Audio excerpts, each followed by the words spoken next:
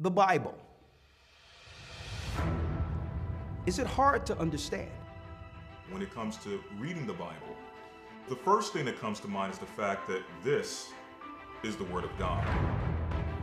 The seals have been broken, and the truth is here. And when we go throughout the scriptures, when we go throughout extra biblical records, we find that the language that God employed, that He used to create the heavens and the earth, was the Hebrew language. Christ said, I came for the lost sheep of the house of Israel.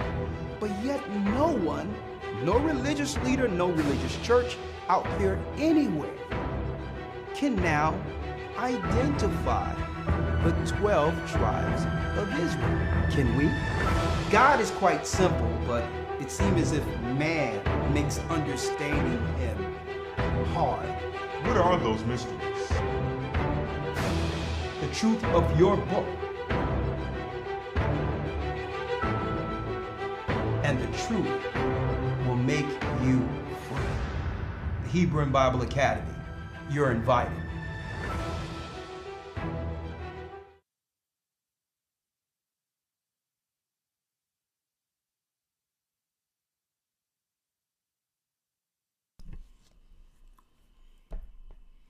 Shalom, shalom, shalom. Let's go. Shalom, brothers and sisters. Come on in.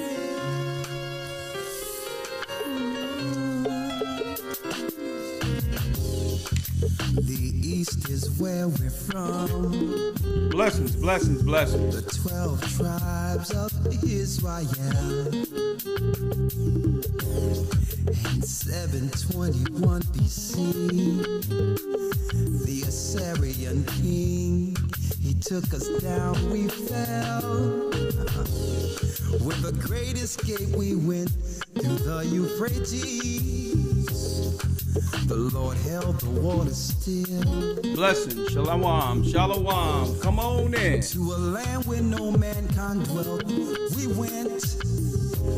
The 12 tribes of Israel. So we be Manasseh, the Cubans, we from Puerto Rico, and valley from the hearts of Hawaii. The Lord is calling back Israel. Babylon from Panama, yeah, the North American Indians. Calling back Israel. Simeon, the Dominicans, AHAYAH's gathering Israel. That's right, AHAYAH's Gathering Israel. I'm Elder YASHAYA of the Gathering of Christ Church here with our weekly podcast, okay, or blog talk, whatever you would like to call it. I'm going to get blog talk all set in the background because I really want to hear your take on what's going on in the earth right now, okay? Now, I'm going to set up blog talk in a couple of seconds. In the meantime, please hit the like button. Hit the like button for me, please. We're going into blog talk in about, what, 30 minutes, 40 minutes? And I want to hear your take on this, okay? Whether you've been born here in America or abroad, I sure would like to hear your take on this topic. And please hit the like button. Hit the like button for me, please. I'm setting up the blog talk right now to be set at 7:30. We're going to jump right in. The topic, permanently entrenched at the bottom. At the bottom is the topic. Do we care? Does anyone care? The systematic entrenchment is what I would like to talk about. All right. How do we get here and how to dig out of this hole? How to dig out of the hole? Permanently entrenched at the bottom. Wake up, Israel. Wake up. Wake up. All right, Blog Talk is all set. Hopefully it doesn't give us any issues this evening. You know, during an election year, I'll tell you, and during COVID also, during the pandemic, we were getting a lot of issues with our Blog Talk. But hopefully everything goes well here. All right, studio is in. Yes, we good. So in about 1 hour, we'll jump over to Blog Talk. Again, I'm Elder Ricard Shaw, the Gathering of Christ Church, here with our weekly conversation. Yeah, fully entrenched at the bottom will be our topic, okay? How you doing, Nina? Let me see my people up in here. Tony, how are you? Don? Amy, hi. All right. True Judah for life. I like that name. Lanessa Terry, how are you? Yatazah Kazak Hebrew Harris. Hebrew Harris in the house. Erica. Yes. Michelle, how are you, Michelle? Angela Holloway. Okay, yeah, that sounds like a singer's name. Yes. Let's jump right in.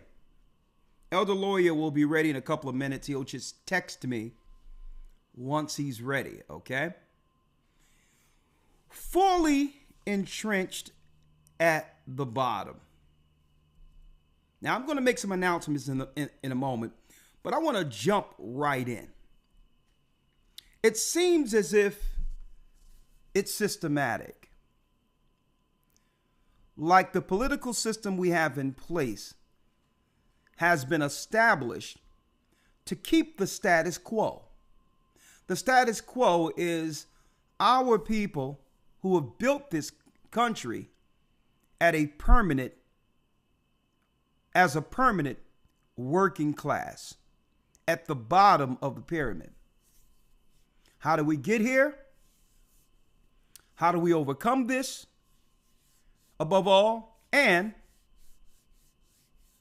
who are the enemies utilized to keep us fully entrenched at the bottom?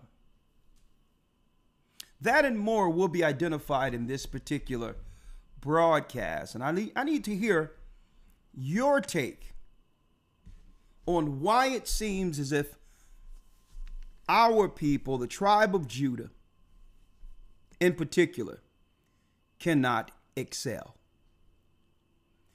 What are your opinions in the matter? I sure would like to hear them. Hit the like button. Now, before I go into that, let me go to a scripture real quick. I'm going to start at Deuteronomy 28. And then we're going to move to the political side of it, because for people that cannot grow beyond 15% of the population here in America in particular, they sure pay a lot of attention to us and are concerned on which way we'll vote every election cycle. Now, I need y'all to think about that for a moment. Okay, I mean, since forever, the black man in America, the black woman, who are from the tribes of Judah, the tribe of Judah, have been permanently stunted when it comes to upping our population. We're entrenched 13% to 15% of the population, if you want to believe their count. Let's say, for the sake of argument, they're right. We've been controlled not to multiply beyond measure. On top of that, there's a systematic undermine, and even though we're the quote-unquote minority, everyone is focused on where our heads are at every 4 years. Why? Could it be that the system was put in place politically to keep us stagnant? Could it be they're measuring whether or not our people will continue to go for the tricks?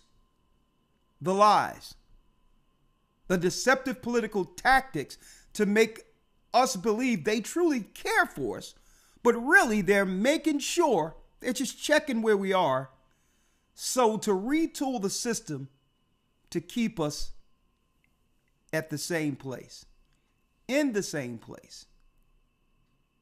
And how much of it are we complicit?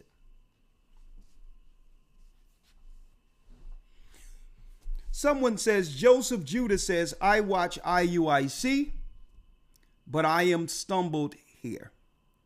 Well, if you're getting the knowledge of the Almighty and it's leading you towards the truth, go where you'll actually be fed. Go where you'll be fed, okay? And if you're stumbling with anything we're teaching, hey, 515-605-9327. I'll be happy to answer anything that might be stumbling you, all right, on our side when it comes to the word. As far as I'm concerned, whichever group people are a part of, they're still my brothers. They're still our family. We're the children of Israel. And we have bigger, me in particular, I have bigger fish to fry. Okay? I really have to focus on more of what we all, can agree upon than the divisiveness that comes with groups. All right? I wanted to put that out there. But if you have anything that you're stumbling on, I'll be more than happy to answer any questions when it comes to the doctrine that's taught within the gathering of Christ Church. Okay? Now, and again, if you call in, it don't have to be a debate or anything. You ask me a question, I'll answer according to the scriptures. All right? It's that simple. Now, jumping right in. Let's go directly to the scriptures. Let's go now to Deuteronomy 28, verse 13. Okay? Deuteronomy, let me go here first. Deuteronomy 28. Now, the reason why I usually go to Deuteronomy 28 first, folks, is because this is where it all began. Okay? Our people, the children of Israel, left Egypt after years of hard bondage. Okay? If you want to understand the time we were actually in Egypt where they began to oppress us, it was about between 210 and 215 years that we were actually oppressed after the death of Joseph and or Imhotep. Okay? 210 to 215 years we were oppressed while our people, Israel, the children of Israel, made Egypt great. Okay? It was our people where the Most High blessed Egypt for our sake during a 7-year famine. Okay? 7-year plenteous, 7-year famine. Our God gave us the insight on how to sustain the whole Mesopotamia area. And through that, the Pharaoh made Joseph second to the king. He ruled all of Egypt. The only way the Egyptians ruled during that time of Joseph was through the throne only. Any legislation, anything went out when it came to how to run a government, how to deal with outside alliances with other countries. It was all led by the 12 sons of Israel. And that's documented. It's not documented just in the Bible. Secular history confirms everything I'm saying. We began to rule the government, and then they politically moved us out of the way, okay, through deception after the death of Joseph. Now, eventually, one rose up by the name of Moses. Shaw. The Egyptians wanted to kill the children to thwart the prophecy of a prophet coming out of Israel that would one day rule all of the earth, including the Egyptians. So in fear of this prophet whom the sages warned pharaohs about, okay, they sought to kill our boys, okay, reproductive rights. Moses escapes as a child in a moat into Egypt, where he's raised as an Egyptian child. Eventually, the Most High would use this same boy to not only deal with cognitive planning through war to make Egypt even greater than it was before as an Egyptian prince.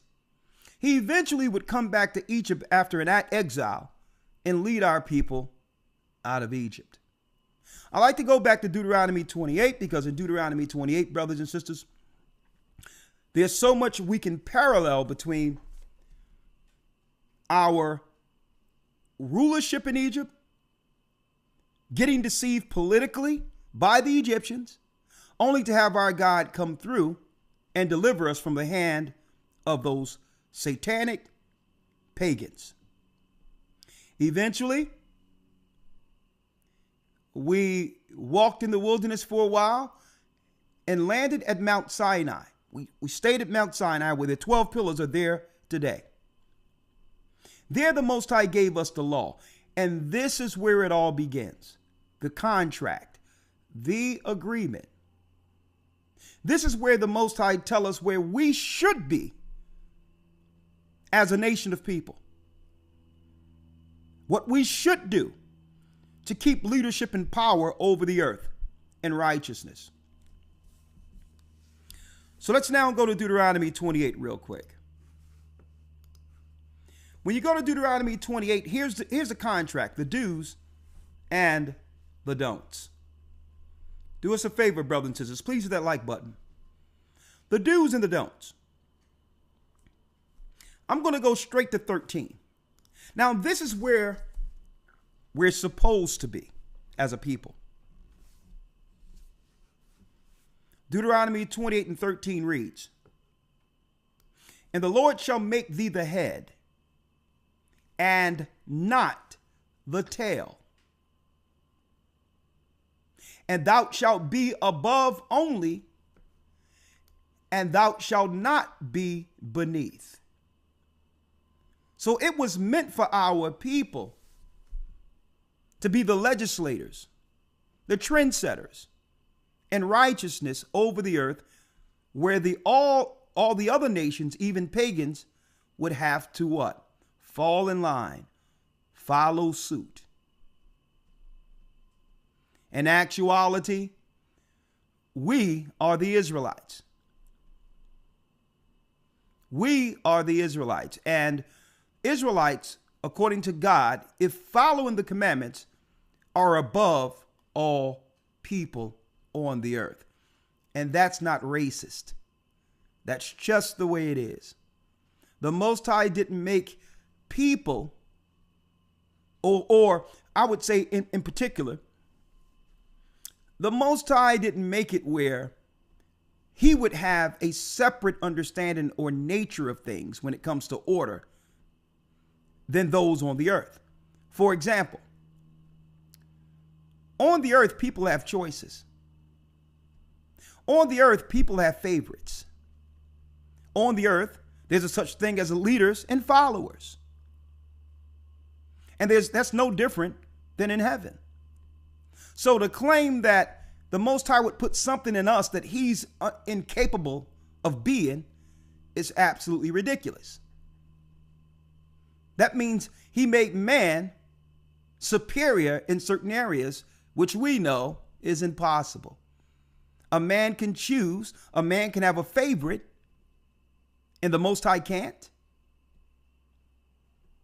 See, they made us believe that it's wrong if the Most High has a chosen people. That's what they try. That's an asinine crap they try to teach us in these Christian churches. Oh, no, God loves everybody. Everybody's equal. That's a lie. Common sense. Let me tell you, observable reality tell you that that doesn't exist. There's a pecking order. And I don't care how much we try to ignore the fact that there's a pecking order. There has always been a pecking order where someone is on the top and someone's on the bottom. So don't let them try to sell you there's some equality and all this other crap when all people are ruling over you. That's nonsense. That's nonsense. The question to this is, if the Most High made us the head and not the tail, how did we become the tail? How did we fall to such a pass?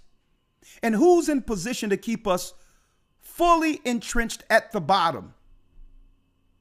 I believe every 4 years they checking the temperature to see whether or not our people have actually awakened from the spell, the delusion that keeps us here at the floor of the pyramid. That's why I love to go in Deuteronomy 28, because it spells out clearly how we got here. And thou shalt not be beneath. If that thou, listen, here's the condition. If that thou hearken unto the commandments of the Lord, thy God, which I command thee this day to observe and do them. If we prefer God, family, nation, righteousness, if we detest and or come against all perversions, anything that would seek to separate the family, if we stand for what's right according to the word, automatically our people will excel above all people. Now, what makes Israel the head? The law. Being a righteous, lawful people morally moves us above all races of people. Why? They weren't given the law. They weren't given the law, so they're not held to the same consequences for breaking them. The other nations aren't held to the same consequences because the law wasn't given to them. So this is what keeps us permanently entrenched at the bottom. Now let's talk about it. Let's talk about it. Every 4 years, like I said, they focus on us, even though we are a 13% minority. They're so concerned, 13 to 15% of what the black man and woman is thinking in America. Now, I'm going to lead you all to give your answer to why. Why are they so concerned? Why? Why are they so concerned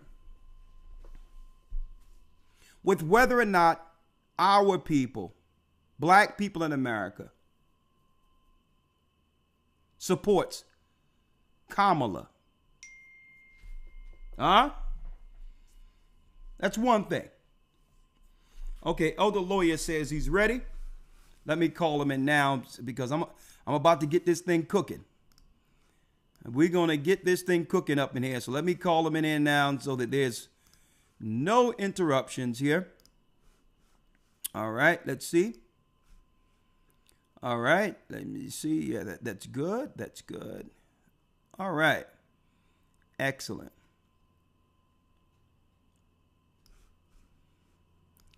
Bear with me for 1 second while I bring Elder Lawyer in, folks.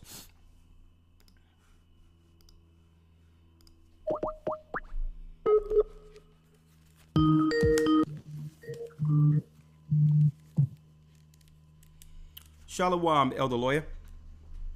Hey, shalom, sir. All right, you sound good. Let me just give you a little bit more volume, and we'll be good to go.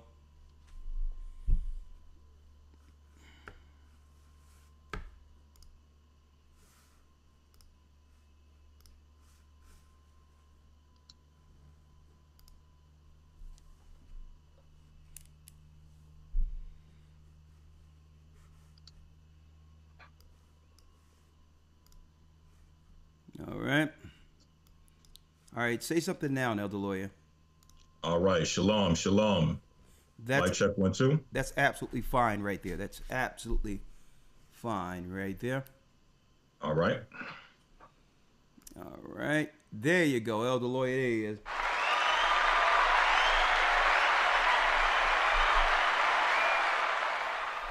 Shalom, brothers and sisters. Hit the like button. Now, as we go into this, why are we deeply entrenched, continually entrenched at the bottom? Okay, we're going to talk about this. Now, I'm going to also talk about how we're undermined. How we're undermined. I'm going to Jeremiah 2:14, Elder Lawyer, real quick. Yes, sir. Jeremiah and the prophets, and if anyone have any questions, because they're so concerned with whether or not we're going to support Kamala or Trump. Why are they so concerned which way our people are swaying politically, or whether or not we are involved in the political system at all? Could it be the system was set up in general to keep us as a slave class, and they want to make sure it stays that way? I need y'all to really focus on that. Why care about only 13 and 15% of the population, and then they try to ignore it for 3.5 years? They'll just be talking about, Elder Lawyer, black and brown people or minority. Right. They'll usually just use these vague terms when they're really indirectly talking about us. So when it comes to all the benefits with the black and brown thing, they try to throw it out there. But then when we get up to the election, they throw that black brown stuff out of the window when they see that our people aren't what? Going for it anymore. So now they're being specific. What is the black man thinking? What is the black woman thinking? And you know why? Mm-hmm. You know why? They understand the prophecy. And I'm going to talk about that in a moment. They want to see whether or not there's enough of us who understand how to get above or get out of the trench. And whether or not that resounding voice is moving others to the side of righteousness. And I'm going to tell you why that's a problem for them. The only reason the Gentiles are allowed to rule is due to the children of Israel continually sinning. Our sin disqualifies us from our what? Our intended position. So this is why they push us in a party and they push all this crazy stuff that they know is anti-Bible with us politically. They'll throw us in a bucket together and say, we're going to make sure everything that's against the Bible, we're going to look at the Bible, and everything the Bible says don't do, we'll legislate as something legal to be attached to them. Why? Again, they weren't given the law. We were. So there's consequences for our people breaking them. And by breaking them, we stay under a generational curse at the bottom. Y'all doing a great job with the like button. Elder Lawyer, let's go to Jeremiah 2 real quick. Yes, sir. Let's go to Jeremiah 2. And I also have some news based on traveling that's out there that most people don't even know that's going on. Man, let me tell you, they are changing policy up under everyone's nose while they're keeping people distracted with really frivolous conversations. But of course, I'm up on these prophecies, so anything they're trying to hide and not telling you, you're going to find out here. Let's go to Jeremiah 2 real quick, Elder Lawyer. Yes, sir. Jeremiah 2:14. Let's read that. Is Israel a servant? Now, here's a question that the prophets have. Is Israel a servant? Is he a what? Is he a homeborn slave? Is he a home-born slave? That means, were we born to serve other people? Do we believe in our minds, even though we don't say it? It's in our actions, that other people outside of us are just better, that they deserve more. And I know how crazy that sounds. No one would ever, what you talking about? I would never think that when it comes to our people, we the best. Well, hey, it's not panning out like that. Life dictates that we believe something different.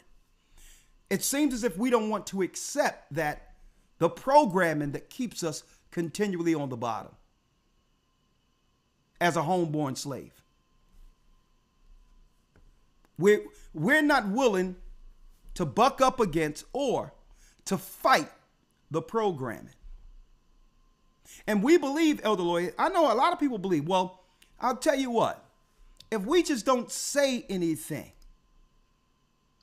if we don't ruffle any feathers, they'll just leave us alone. A lot of our people believe that. They see what's going on. And they say, well, maybe if we keep this thing quiet and I don't say anything, then the judgment of what the nations are doing to all the other people are going to pass them. No, right. It doesn't work that way. Even if you ignore and do nothing at all, they're still coming after you. They're still coming after your children. They're still going to try to put your little boy in a dress and try to tell your daughter that she shouldn't have children.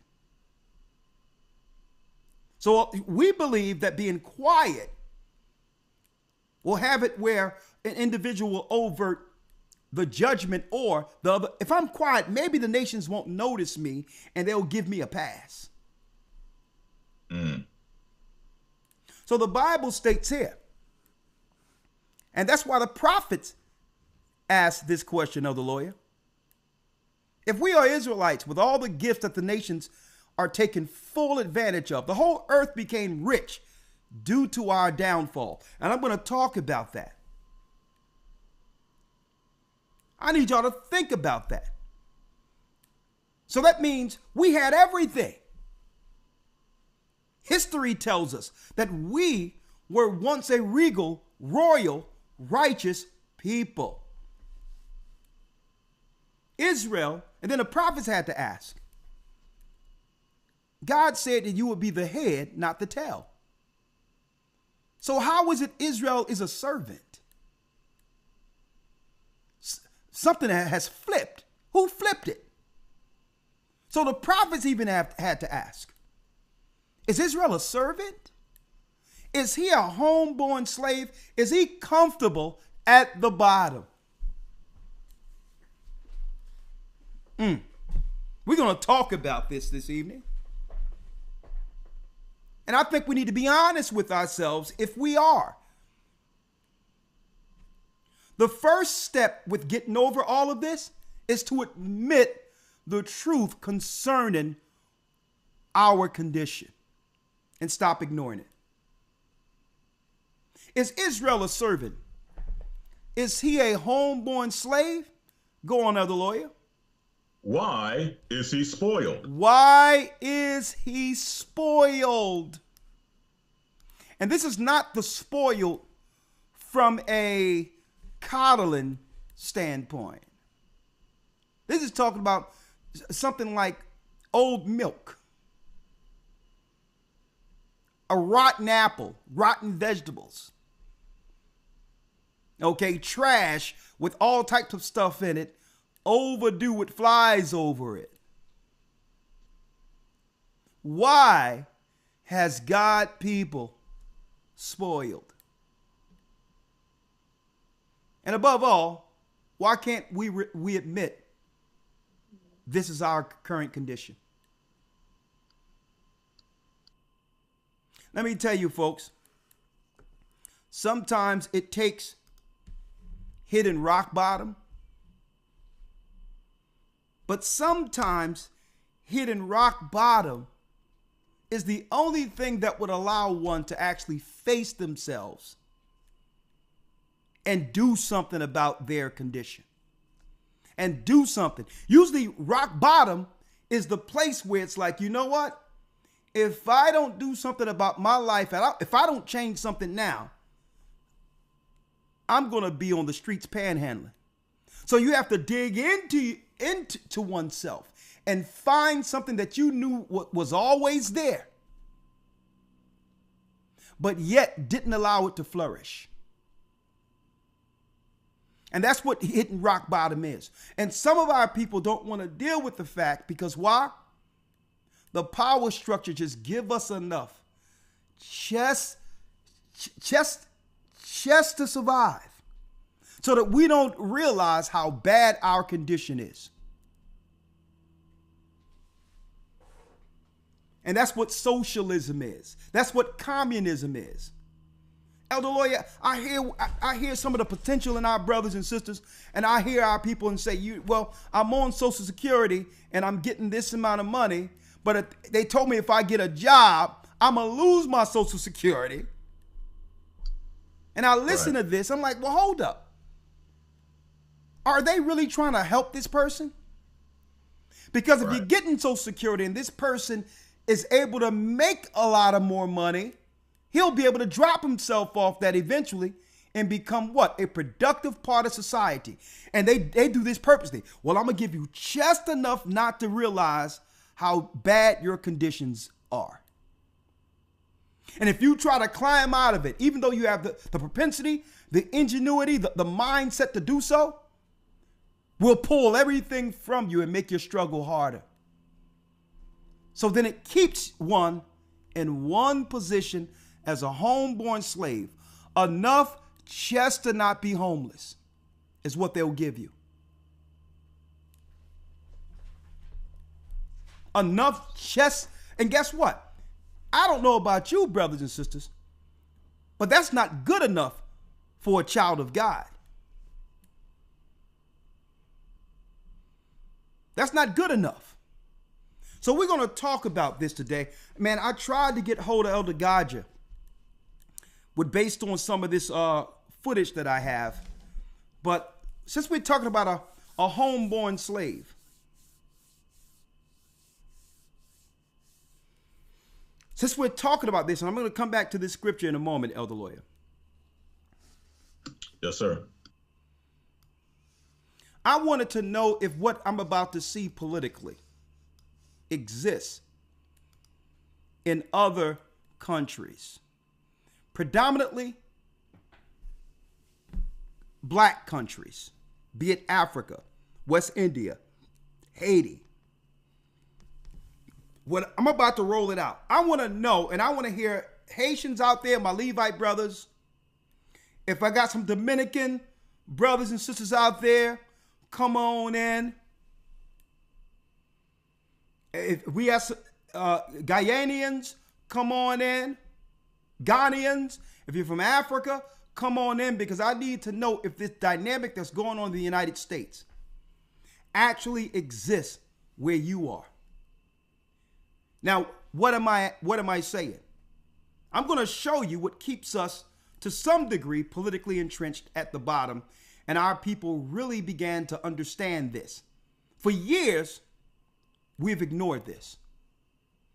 Is there any other place, Elder Lawyer, where Israel rules, predominantly Judah, Benjamin, and Levi, where we can come in as Judah into their countries and dictate what's better for that country and their citizens?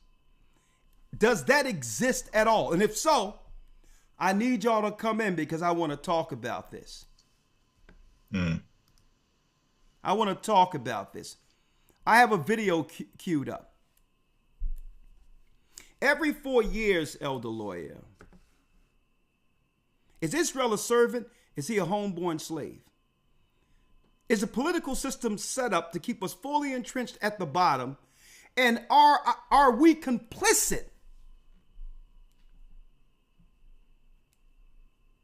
with this undermining undermining.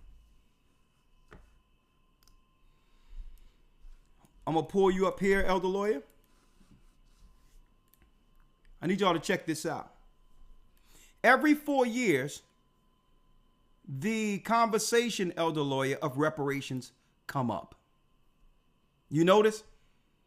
It's ignored the majority of the time, but soon as the election cycle come up, the news circulations and others actually begin to talk about what they knew was the conversation all along. As Egypt, before the Israelites left, made Israel whole, the Most High said, borrow from the Egyptians and leave out with much substance. And it really wasn't borrowing, because if it wasn't for us, Egypt would not have become that rich or great of a nation. So we were leaving with what we were owed. Every 4 years, the conversation come up. And here's the trick, Elder Lawyer. Esau, who so happened to be the white man, they will actually serve it up as if they agree with reparations for Judah. When I say Judah, the Negro in America built Wall Street, literally built it. Cotton fields, before that, tobacco fields. We were the work class that built the plantations that turned to corporations. And we did this as slaves, not paid nothing. The stock market was built on the blood, sweat, tears, and death of our people who are Judah. Now, the Jewish people experienced something over in Germany. And Germans and the German government and the international body and taxpayers in America are still paying for that. And that just happened just a few decades ago. Japanese internment camps here in the United States, they're still getting paid for those things. Our people built the country for free, and yet they refuse to give Judah anything. And then the conversation come politically is like, listen, there's a biblical precedent on this. There's a big biblical precedent that even the Egyptians understood our worth, and this is why we left with much substance out of Egypt. But Elder Lawyer, every 4 years, the conversation come up, and even white people serve it up, and you would think that our people would agree. Fair use. And Elder Lawyer, I'm going to put this on the screen. I'm going to put it through the speakers in the front so you can hear it at the same time, okay? Yes, sir.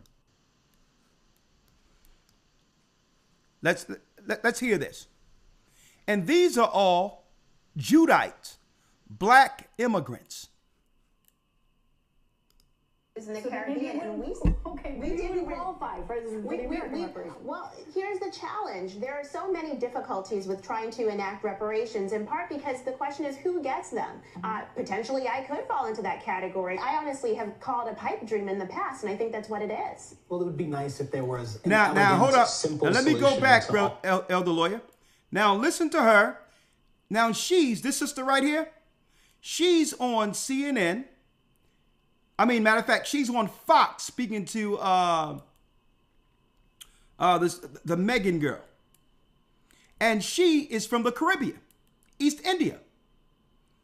Now, Daniel Kaluuya, an actor here in the United States, and I'm going to come back to him in a moment, said, listen, when they try to ask him anything political, he says, listen, I don't have a place to speak politically on my brothers and my brothers, the black Americans who built this country.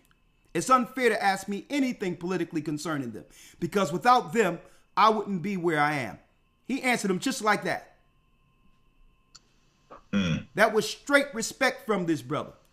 He said, listen, don't involve me with the politics when the black man in America have paved the way for all of us internationally in this fight to one day become free. So I don't know how long he's going to keep his career after saying that. And then there were slaves in the Caribbean, and we didn't qualify for this. Well, here's the challenge. There are so many difficulties with trying to enact reparations, in part because the question is who gets them. Potentially, I could fall into that category. Now you notice, what's her name? Megan something, elder lawyer. I forgot her last. Megyn Kelly. Megyn Kelly, yes. Now the white woman didn't say anything. It was the sister shooting it down. Well, I don't know about the reparations. Speaking about our scenarios here coming from the Caribbean. She's saying, well, I don't know whether or not I qualify.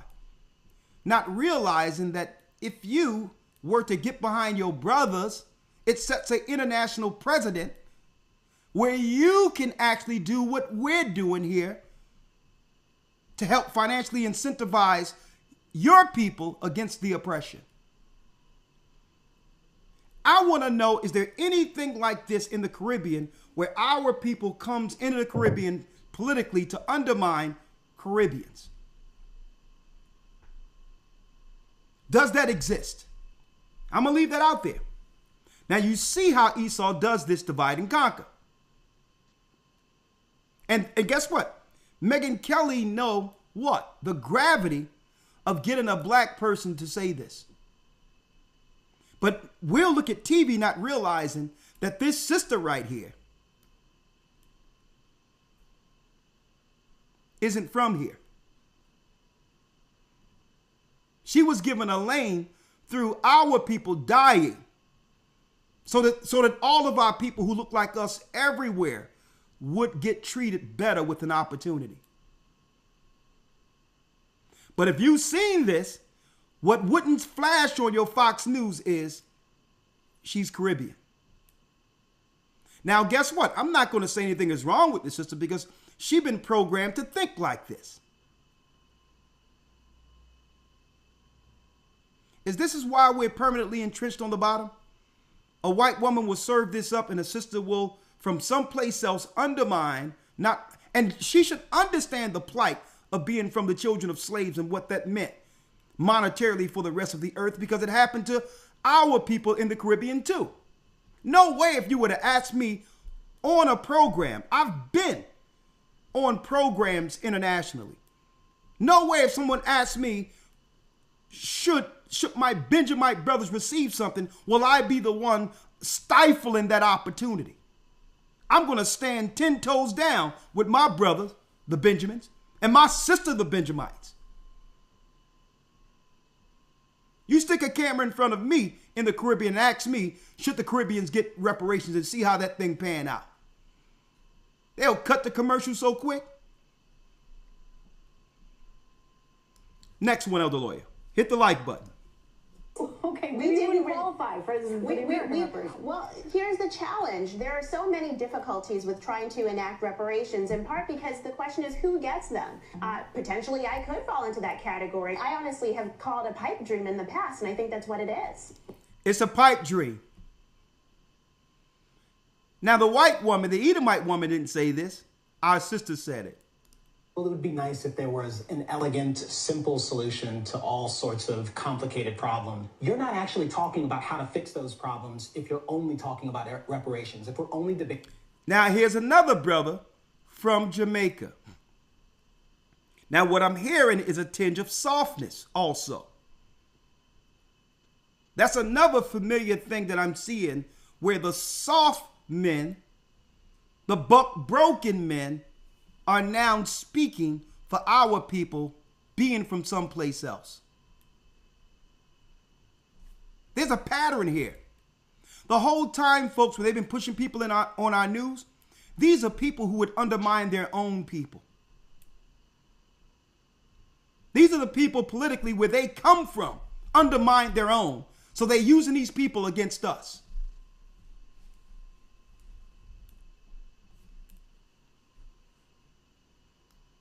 The softness too. This guy does not represent any Benjamite I know. The Benjamites I know are warriors. Okay? if there was an elegant, simple solution to all sorts of complicated problems. You're not actually talking about how to fix those problems if you're only talking about reparations, if we're only debating. Listen, you shouldn't be here talking about anything concerning reparations. You don't have an opinion on what our forefathers struggled with to give you the opportunity to come in and chime on us politically. I don't think our people even know when we're being disrespected. And I'm going to tell you, can you imagine, Elder Lawyer, an Italian going into Ireland telling them how they need to run things and what they should receive? Right. Are you kidding me? And here it is, a Jamaican, knowing the impact of their voice and the power of media, would come to America, Elder Lawyer. Now, mind you, the lane for them to come to America was through what we fought for in civil rights. We said, well, nah, we need to make sure that we level this thing off and have our brothers and sisters come over here with us so that we can become more than a 15% minority. We were saying come together so that we can join as Israelites or black people to become the majority to actually dictate things as one constituency. That's what we thought. That's when the Pan-African thing opened up and we was like, well, hold up. Let's all come together and now bolster our numbers against them. That's what we were doing it for. And now they got Saucy Santana's cousin from Jamaica over here talking about what?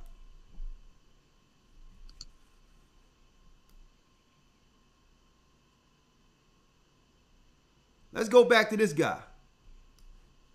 It is. Well, it would be nice if there was an elegant, simple solution to all sorts of complicated problems. You're not actually talking about how to fix those problems if you're only talking about reparations, if we're only debating. From Jamaica.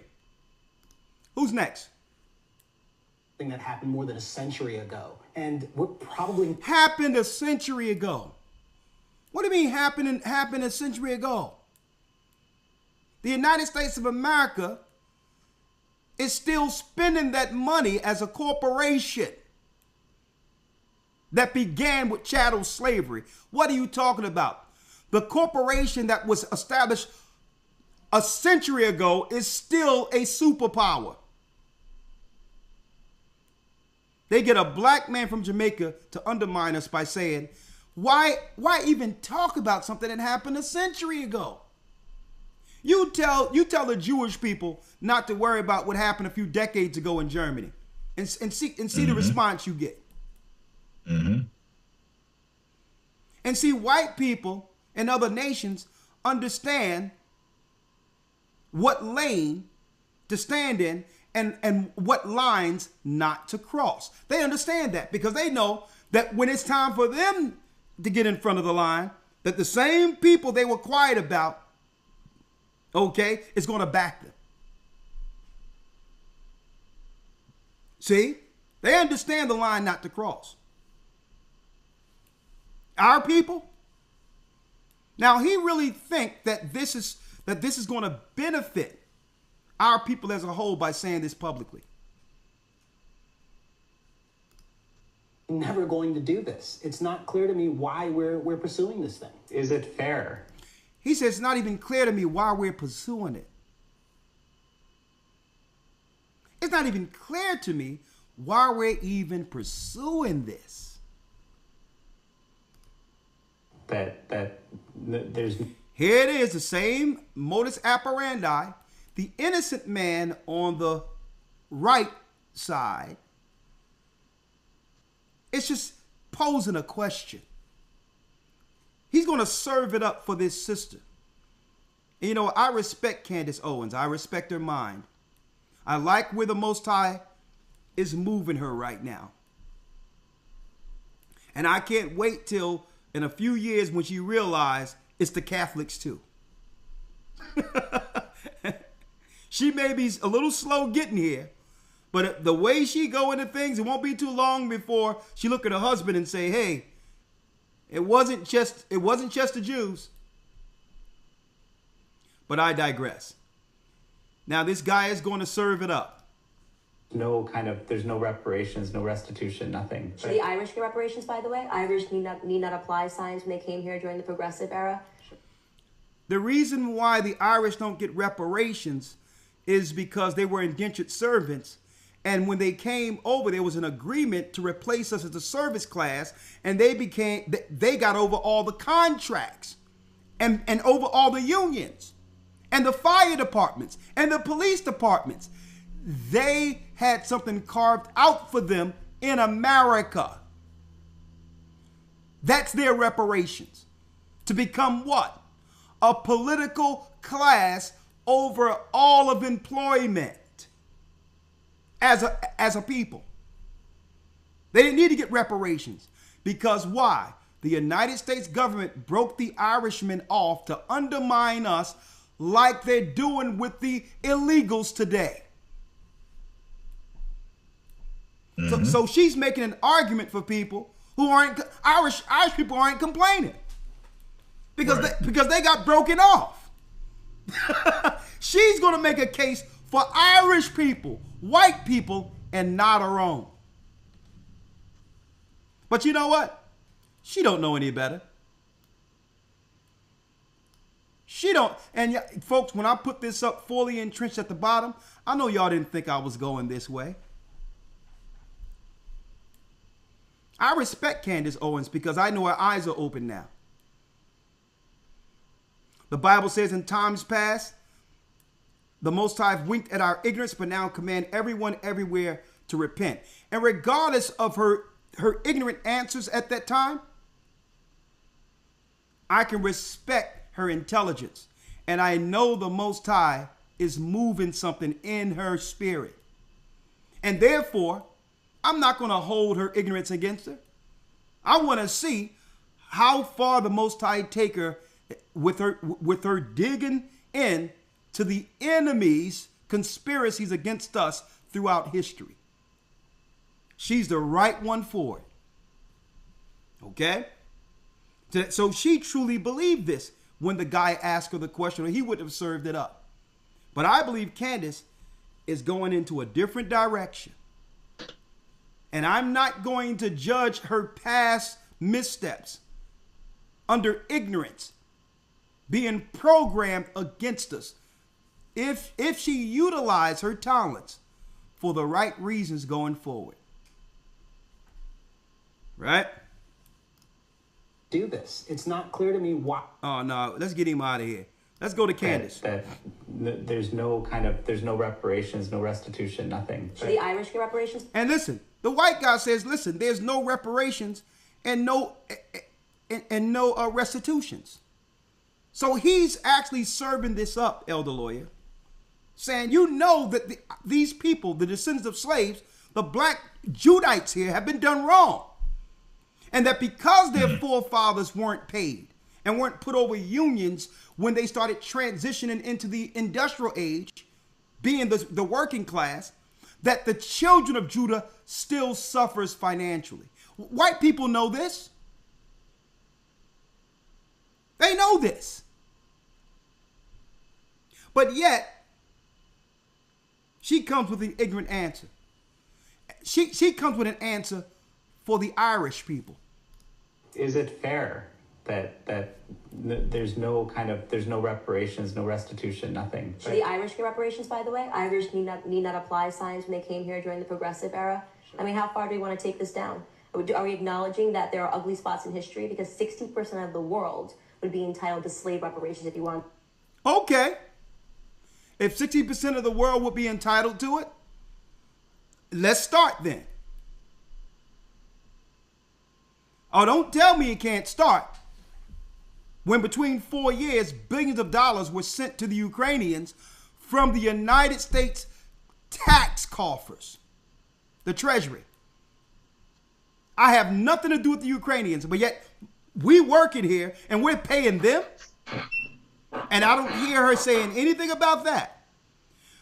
Israel is a foreign country that's still getting billions upon billions of dollars of packages sent to Israel as a foreign entity. But what's up with that? But when it comes to somebody who look like you,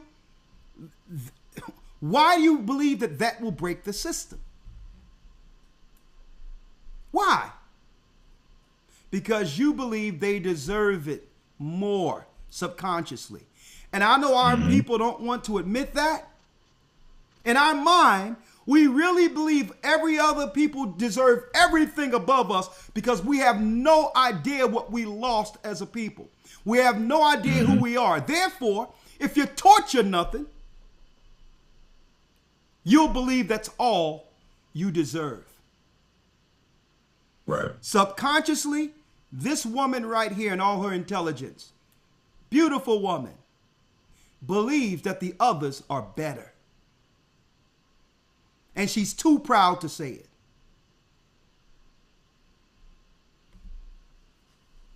And that's the programming through the Spirit of God we are seeking to break. That type of mentality in our people. Because they don't even know they think this way. That they have just vitriol against what they see in the mirror. And it pans out politically before the world when one has an opportunity to stand for who looks like them.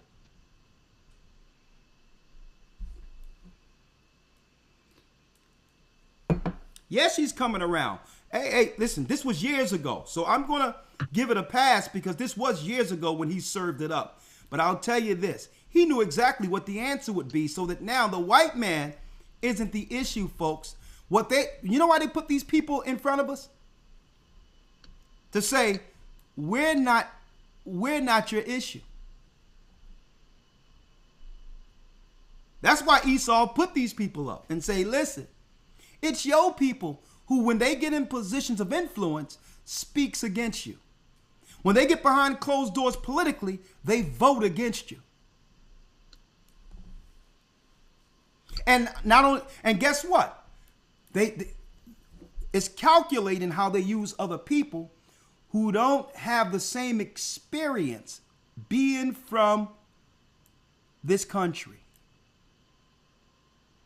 So it's really a weird dichotomy for them. Because yes, they look like us, but they don't share the experience not being from chattel slavery here in America. So really what she was supposed to say is what the brother said. I can't speak on that being from the Caribbean. I can't say what my brothers and sisters don't deserve here because I have a different experience and we need to be talking about what they're going to do for our people over in Jamaica. That would have been the intelligent thing for her to say. But Esau is putting these people up to say, I'm going to show you the people that you skid, you grease the skids for. When they come in, they're going to undermine you.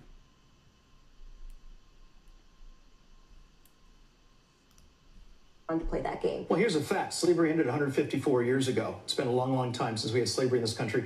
And you have people like my family. He's from where? Black, but my family came to the United States in 1962. My parents are from Costa Rica. My family is from Costa Rica.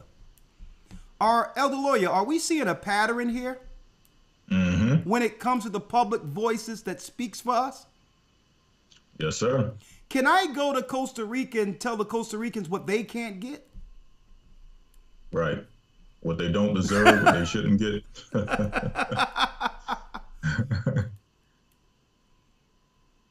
And I'm going to tell you, Malcolm warned us about these a long time ago.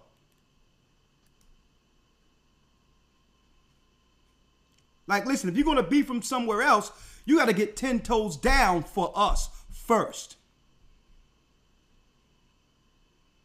And that's one thing. People can say what they want to say about Farrakhan, about that thing that happened and how that friction happened, that infighting against Nation of Islam. Let me tell you, when Farrakhan came to the America, His voice stood for our people here first. That's right. Because he understood that what we went through, and he's well versed, well studied, to allow him to be in that position of power. Even Marcus Garvey. Marcus Garvey didn't become what he became from the Caribbean. It's when he came to the United States that he became the man. And he stood 10 toes down against the injustice.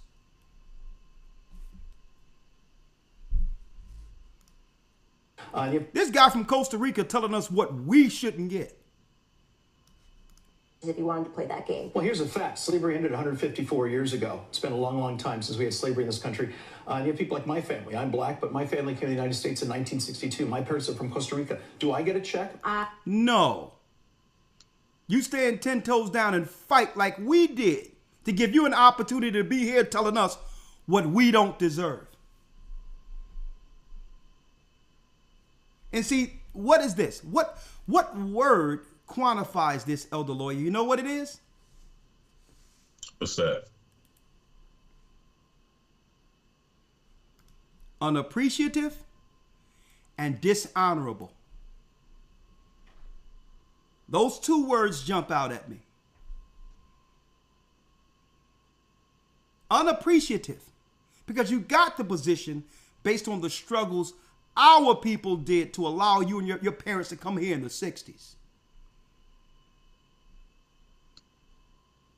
Only to go to a university that's allowed through our struggle to open it up where we could go to other schools outside of black schools. Only to become educated to tell us what Judah doesn't deserve. The nerve of these people. And I'm glad we need to point these people out. This is what keeps us continually entrenched at the bottom. Because if these guys were out of the way, then the enemy would have to say it out of his mouth. And then guess what? We can have the conversation against the enemy instead of them using their sock puppets. So now Esau can say, listen, hey, we put it on the table, and it was people like you who knocked it down. Hey, we put it out there for you. Yep. A few more. Hit that like button. Y'all doing a great job. Great job, folks. Great conversation tonight. Next. I did a couple of essay contests that I actually won. And I won like NAACP AXO Award for this essay and something else. I can't remember. Nigerian. Came to America, got serious minority grants to study overseas off of the backs of our people.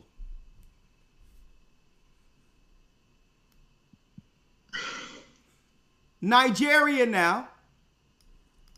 Check. Oh yeah, by the way, Candace Owens is Caribbean. A couple of essay contests that I actually won. And I won like NAACP AXO Award for this essay and something else. I can't remember another, like I ended up winning money. And the essay was, do you think black people should get reparations? And I was like, no, you didn't work for it. Hold on, listen. And Elder Lawyer, she said this with her chest. Yeah. From Nigeria. Elder Lawyer, she said this with her chest. Did a couple of essay contests that I actually won. And I won like NAACP AXO Award for this essay and something else. I can't remember another, like I ended up winning money. And the essay was, do you think black people should get reparations? It was white people who posed the question. Reparations. And I was like, no, you didn't work for it. No, you didn't work for it. Nigeria. there's a common thread here that I believe that we've been ignoring for many years. Boy, I wish I could get Gaja on. Somebody call Gaja and tell him to come on here, please.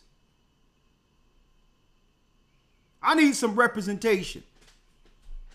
Hey, some of my Simeon brothers, come on up.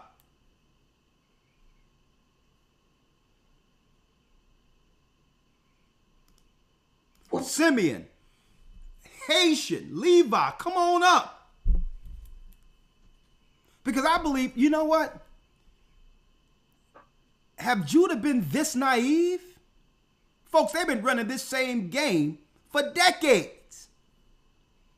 Putting people in front with the loudest voice that received opportunity based on Judah, only to have them what? Turn their backs to us. You want to know why Israel is fully entrenched at the bottom? Next. Why are you so against reparations? Valerie, it's a matter of a waste of time. We've got so much to do. This brother is from Panama. You will see him on most conservative channels. Zebulon, a Panamanian, folks.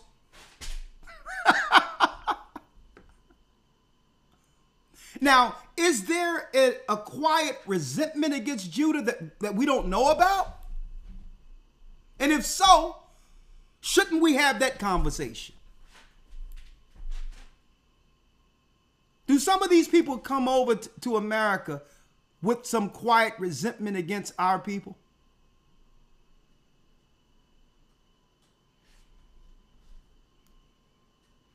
They're going to really have a problem with this broadcast tonight, lawyer, because let me tell you, because what we're doing is we're actually bringing up the silent conversations that everyone know exists but aren't willing to talk openly about this, about these issues that keeps us stagnant. No one thought that we would begin to look at these people and say, you know what? Where are they from? And what makes them credible to speak for us when we've done so much for all of the tribes in the earth when it comes to sacrifice?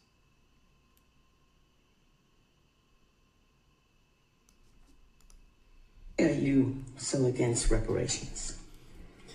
Valerie, it's a matter of a waste of time.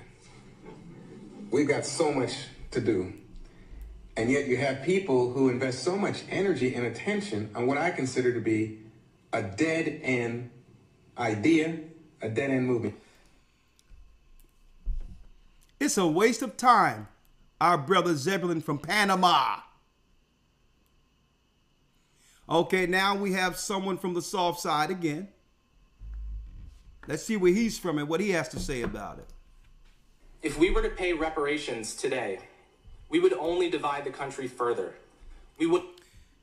My brother Ephraim, Malikwa Taino, a brother from Puerto Rico, in the United States, telling us what? And it looks like he's from the soft side. Okay. Now, listen, I'm not making no division. By making groups and calling them their own group, politically, they've divided them from us. Okay? And someone else from Puerto Rico also belongs to the soft side of things. Has this to say with his chest. You don't have anything to do with this conversation. Hold on, let's go back. Boundaries. You don't have anything to do. Oh, let me go back. Panamanian. Now, so. Hold on. And it's catching on too, because now people. No, let me go back. Awareness. It apparent. Hold on, let me go back. You have people who invest so much energy and attention on what I consider to be a dead-end idea, a dead-end movement. If we were to pay reparations today, we would only divide the country further. We would only divide the country further from Puerto Rico.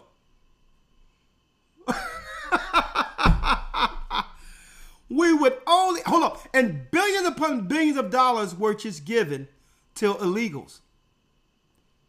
And none of these people who are up against reparations have anything to say negative about it. Is there a silent hate against Judah unspoken?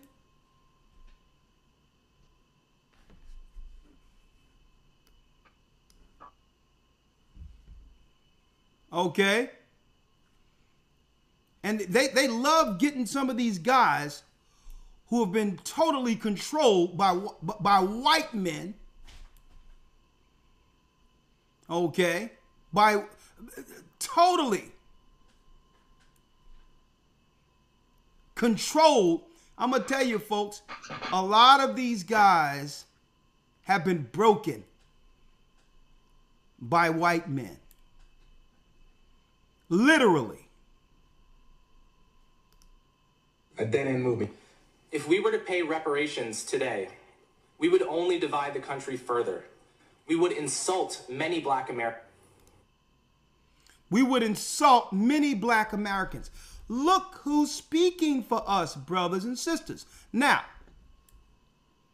when it comes politically, when it comes to politically or public, here's a representation for the Judite man right here. Here he is. You want to know who's representing the Judite man?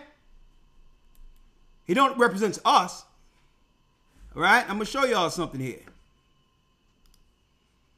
And don't think this is a coincidence either. Don't think this is a coincidence either. This brother I said earlier, Elder Lawyer, Daniel Kaluuya, he's from Africa. He was asked about reparations and stuff. And he said, well, listen, I don't think I'm qualified to speak in America on black political issues. You know they'll never put a mic in front of him no more. He's not going to undermine us. But they try to do with him what they did with these other, these other usurpers. He says, I can't do that. I can't speak politically because he says these black Americans, I've studied them. They gave me the opportunity to become an actor. Okay, I could never disrespect politically what they've gone through here. But notice that when it comes to the future of, when it comes to influence and masculinity, they're no longer using black men within the country to become what they would call stars. They go into the outside of the country because they understand the influence that comes with media in Hollywood. And they understand the political voice that resonates through the world differently. Not to say that others doesn't have a strong voice politically, but Judah have been known for stirring the pot. Whether we're a basketball player, whether we're a football player, whether we're an actor, we understand the struggle and what it took for us to actually get anything out of a system that where the deck has been stacked against us. So instead of strong representation like this, like it used to be with Denzel, Wesley Snipes, and others, here's a representation for Judah now. And it goes back to what I was talking about, putting everything that they know God says is wrong in a party associated with Judah. This is the only organic representation we can get, and as a black man in America right now, and have any level of success and or notoriety. They will not incentivize a strong Judite in this time. You know why? Because they know we're living in the time of the awakening. There's not a strong black man alive in America who doesn't know or haven't even, or didn't at least think that there's a connection between us and those people who received the law in that Bible.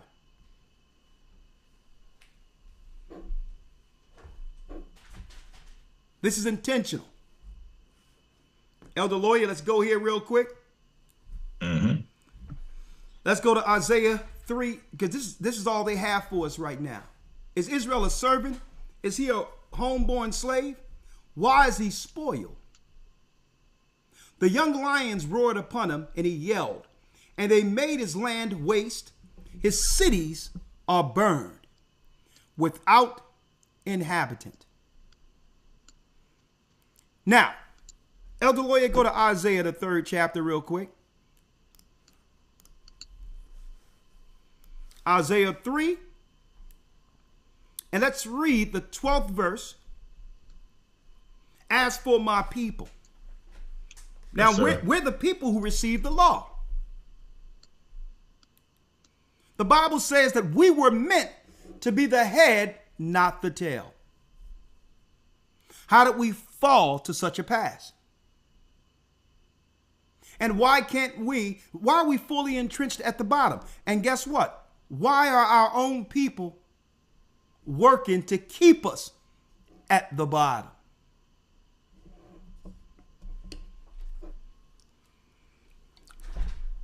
Thank you, Elder Dale.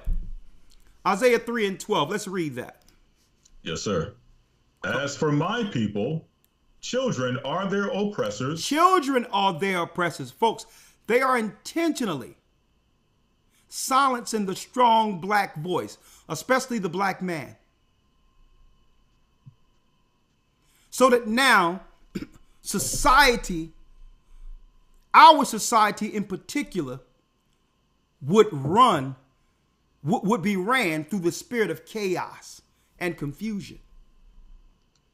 Children are their oppressors. Read. And women rule over them.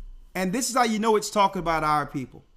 There's no other race of people that can say that they are operating under this particular curse, where women represents their nation. When the Bible tells us, in a woman's glory and all of her power, she is still the weaker vessel in comparison to a man. It's not saying what a woman can or cannot do. A woman can achieve all types of heights and accomplishments, but she can never be a man. And that's why the Bible says what? Give honor to the woman as the weaker vessel. Understand her shortcomings, because she wasn't made to rule. She was made to help meet the ruler. And she'll always, in the earth, it doesn't matter what the world say, she'll always operate at a deficit when it comes to what? Being in power. And now they're going to try to roll out some East Indian who would never have a position of rulership over her own people in India, and throwing her in a pot with Judah and shaming Judah for not supporting it anymore, for not being undermined anymore, for not getting disrespected going forward.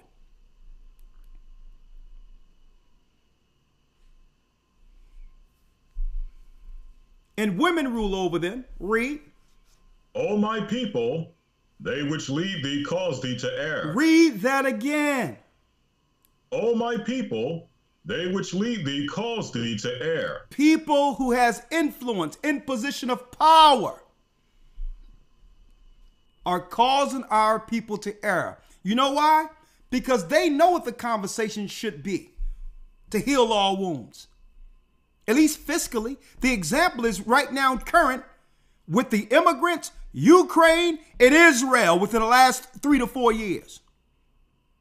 Billions upon billions of dollars being given to these people who are not us and didn't build this country.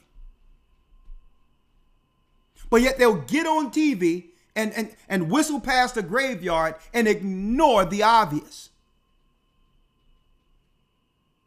That this system was set up to keep Judah at a permanent working class, or at the very least, impoverished. Begging. Like a crumb, asking the master to flick a crumb off the table. I'm going to tell you folks, politically, that's what the construct was set up for. They talking about a threat to democracy. Their democracy is what? Perpetual impoverished conditions for the tribe of Israel, and especially for the tribe of Judah. That's what democracy is to them. He's a threat to democracy. What democracy? The democracy to have a system in place that targets our children, that keeps us as a minority between 13 and 15%, to give our women the right to kill their own children.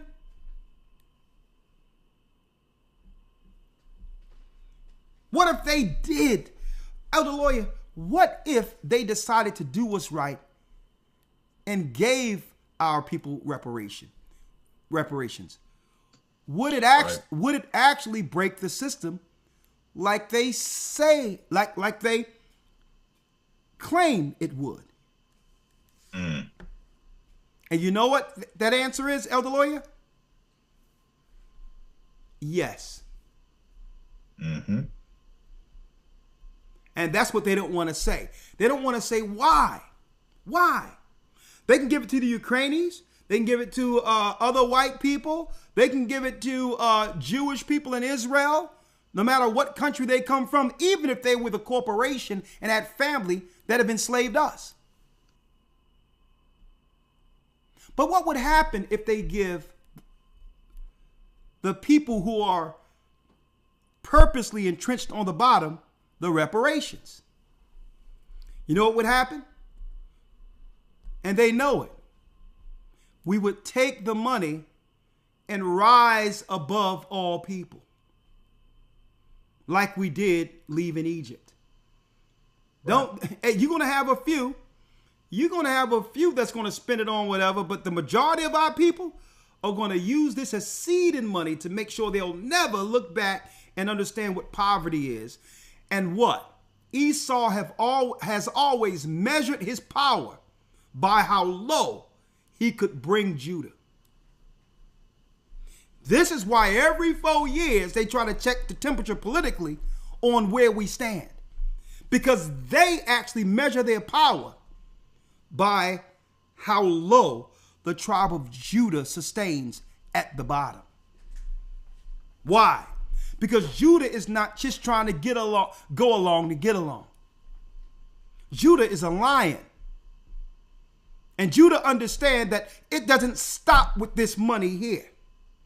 It starts with incentivizing our people against the enemies they're using to press against us. They understand when we get it, that we're going to help all of our people. We're going to go to Africa with the money and set Africa. Even the people who spoke against us with these little parrots they have running around, these sock puppets, we'll go to Nigeria and help build them. We would go to Panama and say, brother, hey, sisters, doesn't matter. We're going to show you how to get what we got. And they know that's how Judah roll. Mm-hmm.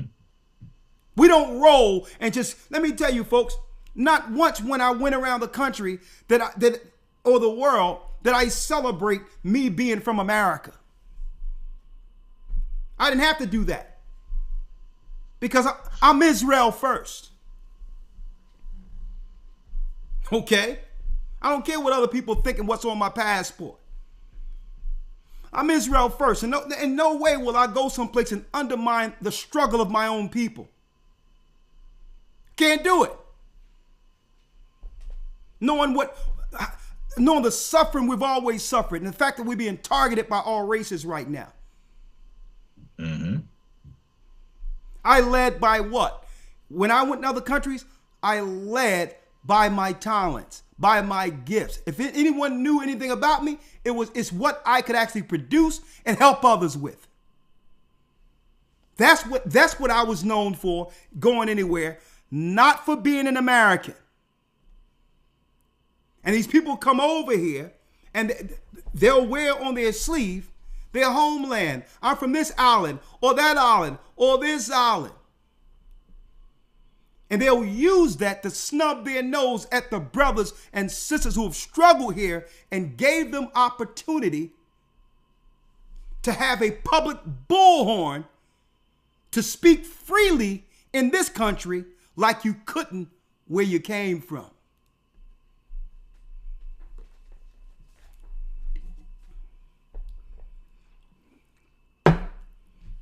But you know what? We're going to continue to wake up our people.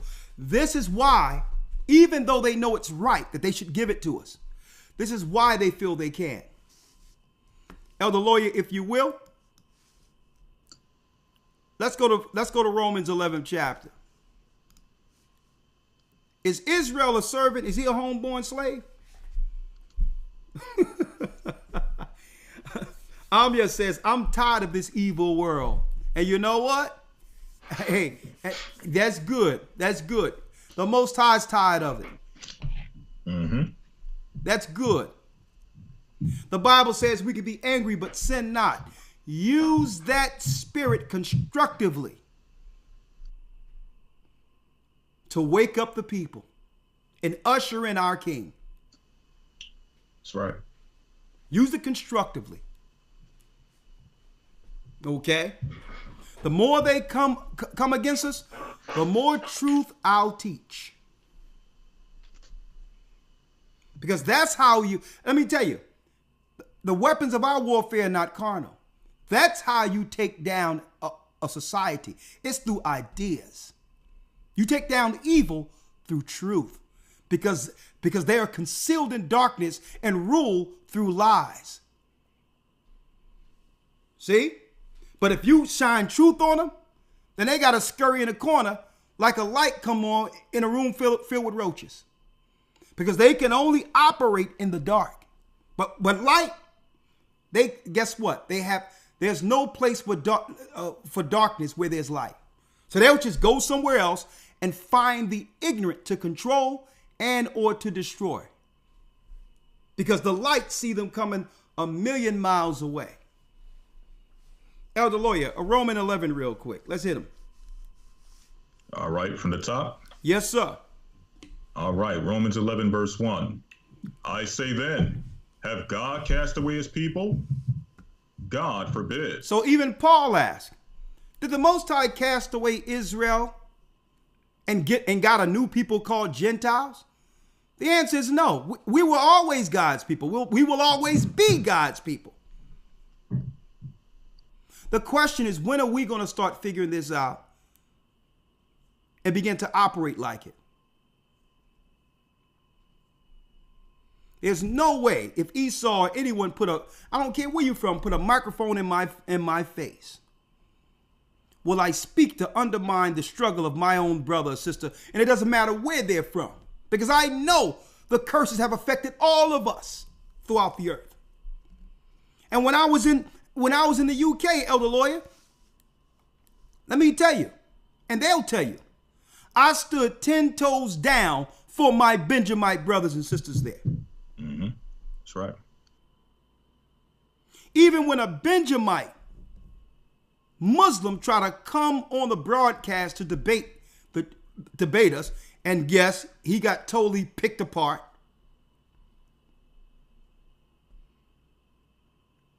And I think, guess what? I think it was an eye-opening broadcast for that Benjamite Muslim that was there.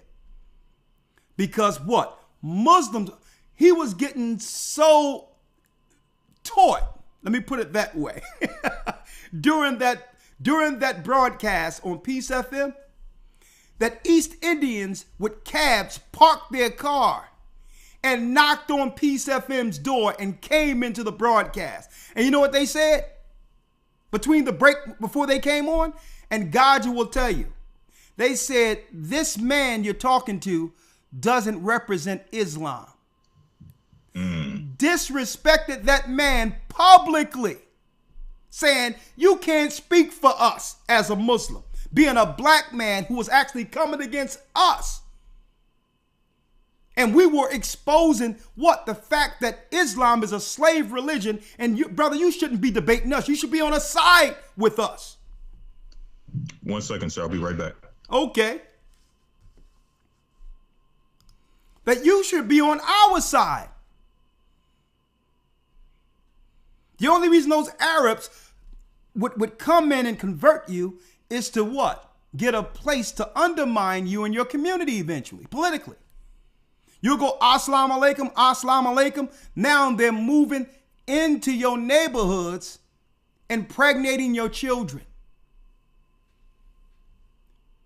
Under black and brown, now they're taking all the money. Don't forget, it was the Benjamites who built England.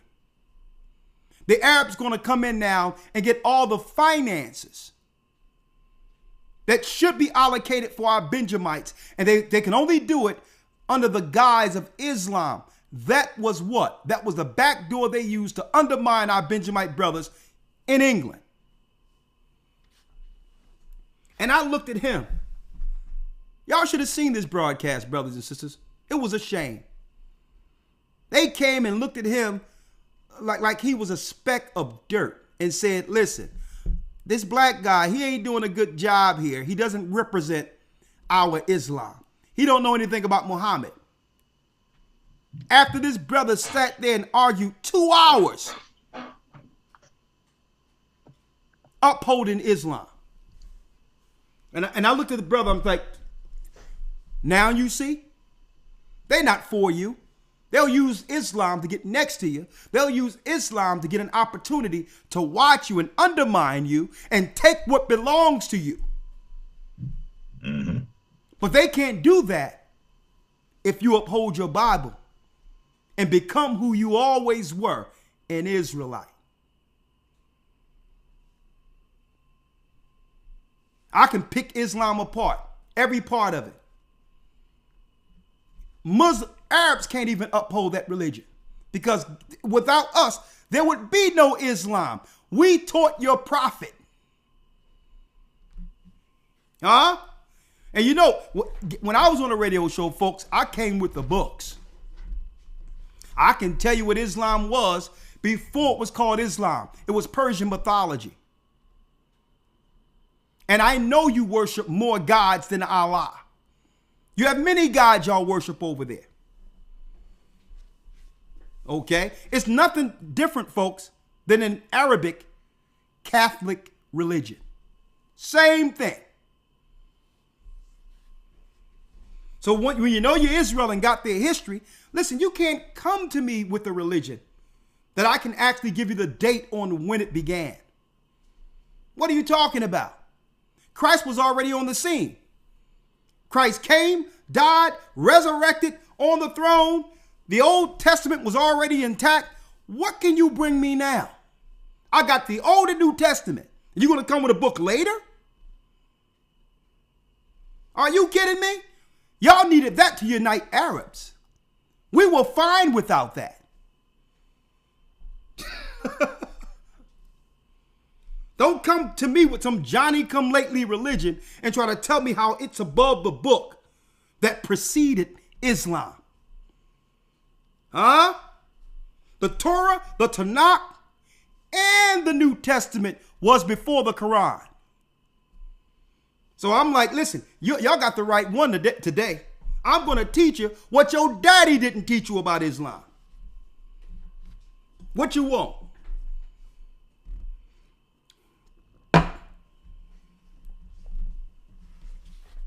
So the Arabs, they end up scurrying out there too, because I thought they was going to come with some, with some real loaded guns and some history and all that, some loaded history that they was going to give me the business. I'm like, okay.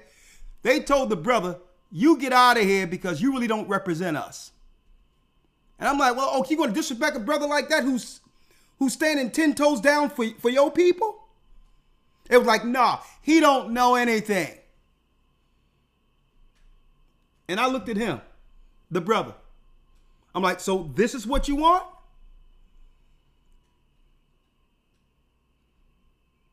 The religion you upholding, the people who taught you the religion don't respect you.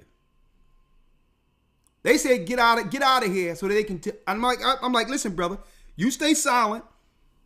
Don't worry about it. I'll dust these Arabs off real quick. You just be quiet, brother. It's good. They're gonna represent it, and let's see what's happening within the next hour or so with them. Even though my brother came to fight against me with Islam, I still defended him as an Israelite.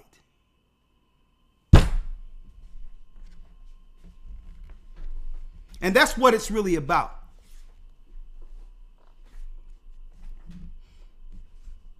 I remember when those clowns, the apologetics, after that James White debate, or before that and all that, how those clowns over there, they initially wanted me to speak and say something negative about another group. Hey, yeah, what do you think about the IUIC? And I'm like, listen, what I think about them are our business. Okay? I'm not getting on any of your broadcasts speaking ill or down on my brothers. Even if we don't see eye to eye, I'm not going to allow you to do that. You don't deserve that. You are beneath hearing anything that comes up between me and my brothers. Now, if you want to talk about doctrine or whatever the case is, I'm open for that. But you would never have me go on a white program with some satanic Jesuit apologetics and say something negative against any group out there that are stomping for our people.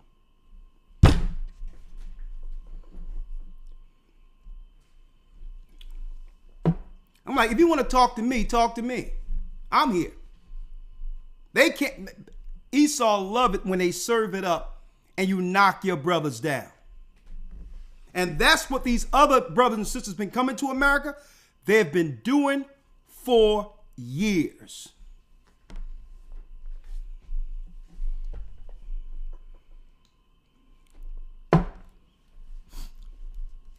Okay? If someone want to ask me a question about doctrine and call me, I'll talk about doctrine. But I'll never publicly get on one of Esau's programs. Hey, man, what do you think about those guys in the purple? Hey, they did. Hey, listen. Why don't you get one of them and ask them about that?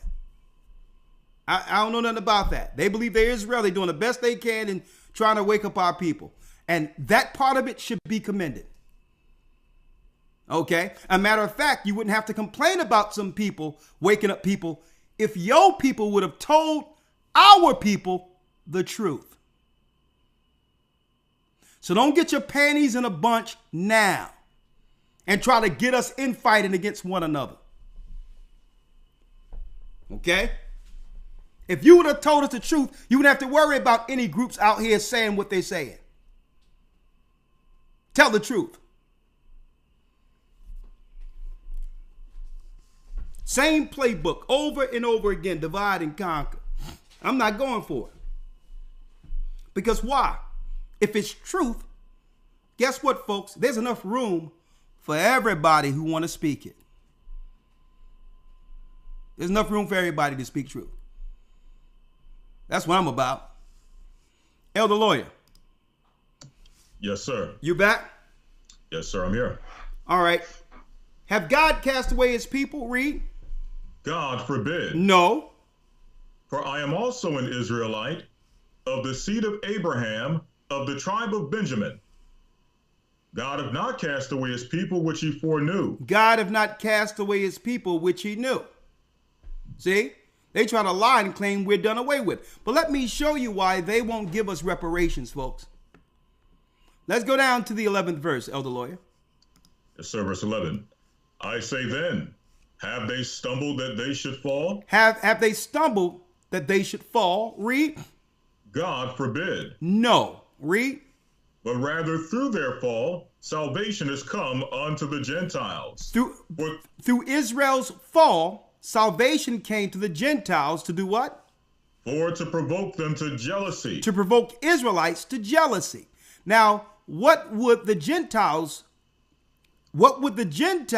acquire that could make Israel jealous? 12. Now, if the fall of them be the riches of the world. Be the what?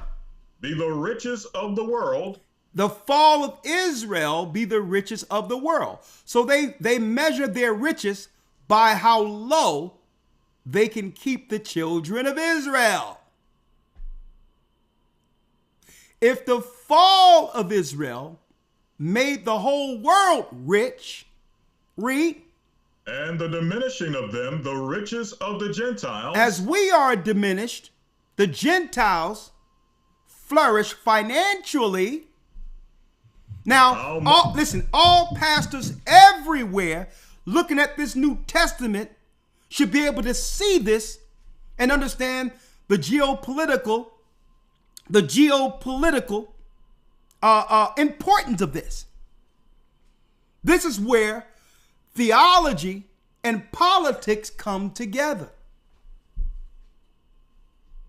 See, so preachers should look at this and say, man, that's deep. Each week I'm praying over these people. They come in, please, Pastor, pray over me. My rent is due. I'm about to get put out. Systematically from one pastor to the next, they die and pass the church to their son, and their son is still dealing with the same issues from generation to generation. Our people complaining about our condition.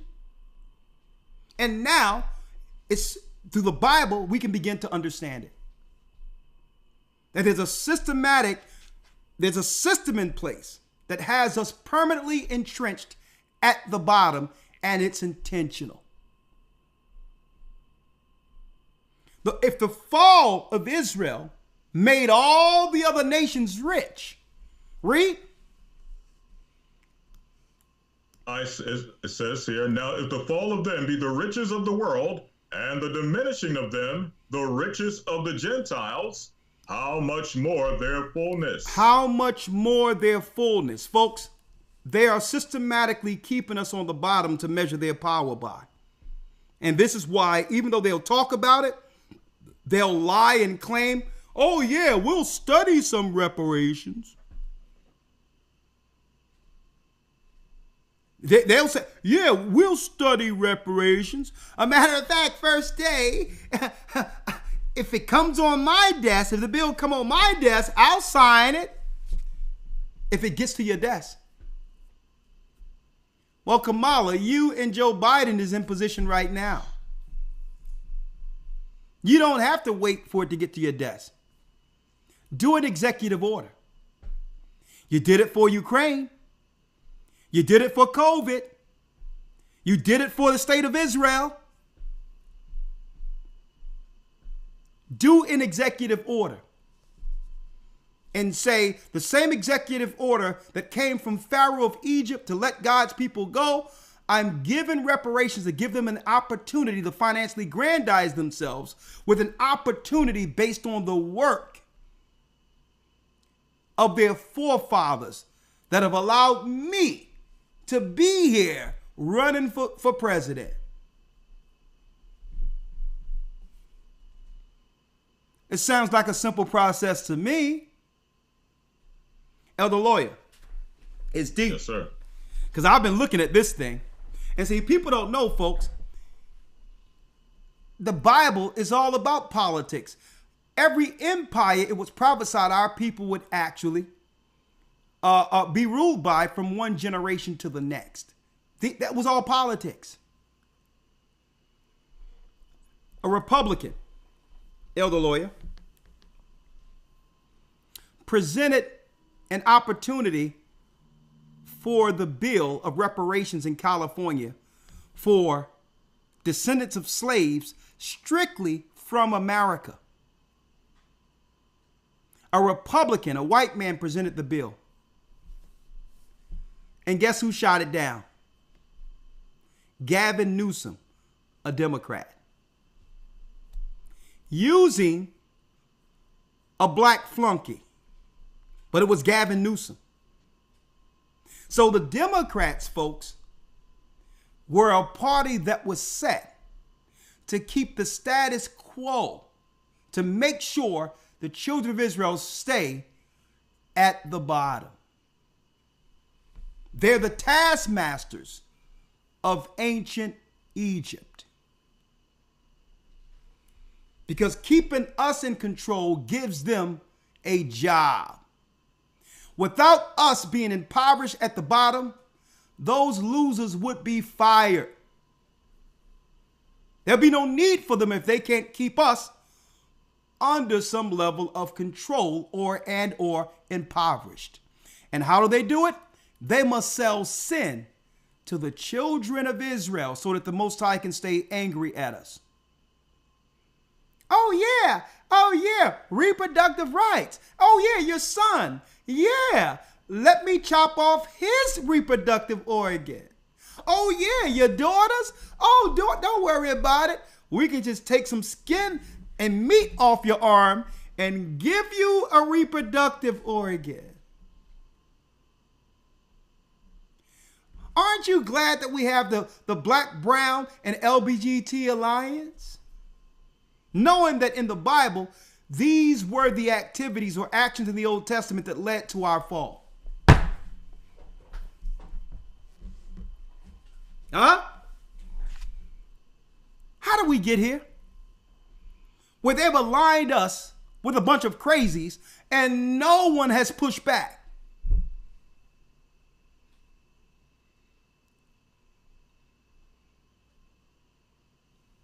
Fully entrenched at the bottom.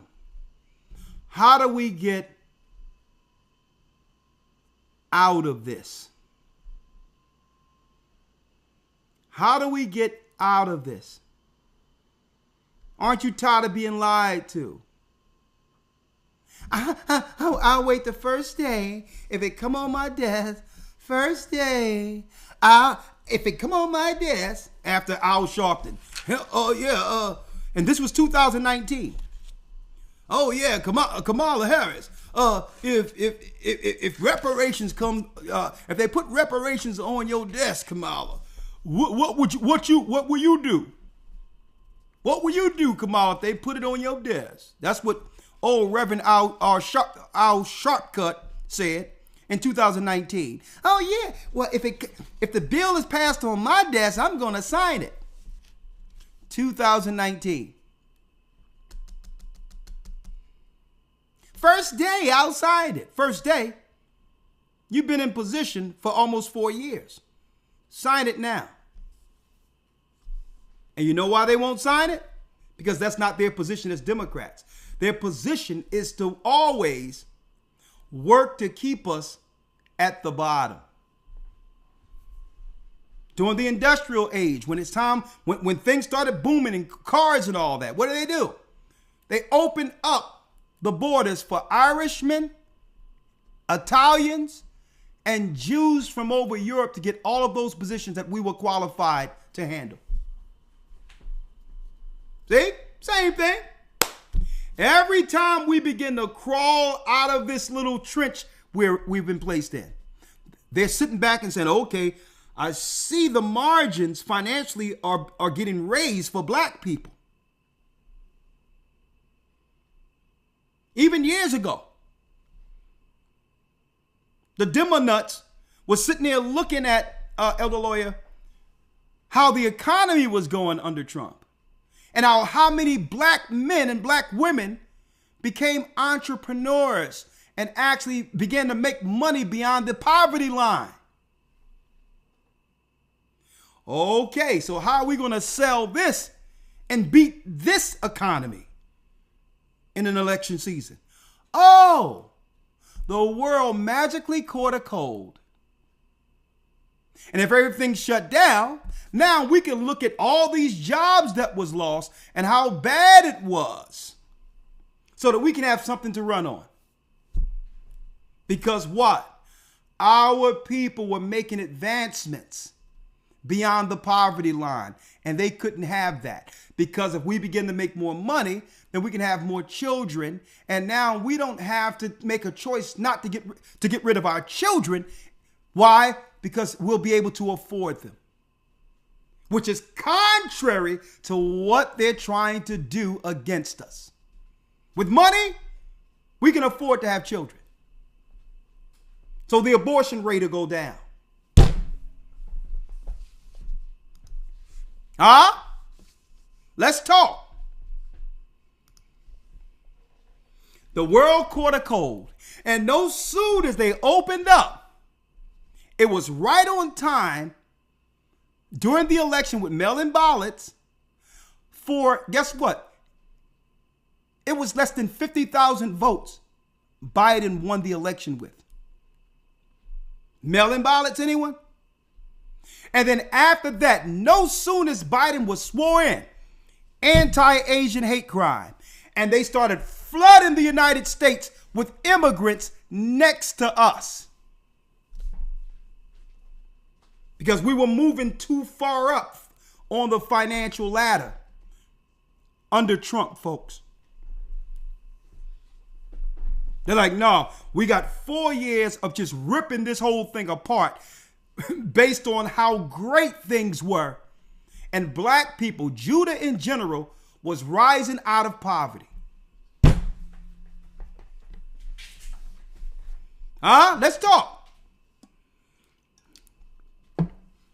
The Bible says through our fall, they all get rich. So anytime we rise economically, it scares them. Because why?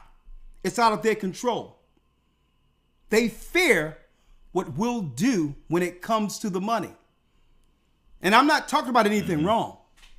Right. They fear us doing what's right with the money. And now, if you're not impoverished, you're not making sinful choices to survive. Mm-hmm. That's right. See? If you got money, now you're not worried and you're not out getting alcohol and drugs to cover your current state. You're operating with a sound mind, and you have something to leave your children who can now do what? Rival the enemy that's at the door financially against you. They can't have that. 515-605-9327. Elder Lawyer, what say you? And I'm going to pull up the phones. Let's go. Fully entrenched at the bottom. What are we going to do? Are we going to continue to believe the lies? I'll be right back, and then we'll go to the calls. Yes, sir. The Bible. Is it hard to understand? When it comes to reading the Bible, the first thing that comes to mind is the fact that this is the Word of God. The seals have been broken, and the truth is here. And when we go throughout the scriptures, when we go throughout extra biblical records, we find that the language that God employed, that He used to create the heavens and the earth, was the Hebrew language. Christ said, I came for the lost sheep of the house of Israel. But yet no one, no religious leader, no religious church out there anywhere can now identify the 12 tribes of Israel. Can we? God is quite simple, but it seems as if man makes understanding Him hard. What are those mysteries? The truth of your book. And the truth will make you free. The Hebrew and Bible Academy. You're invited.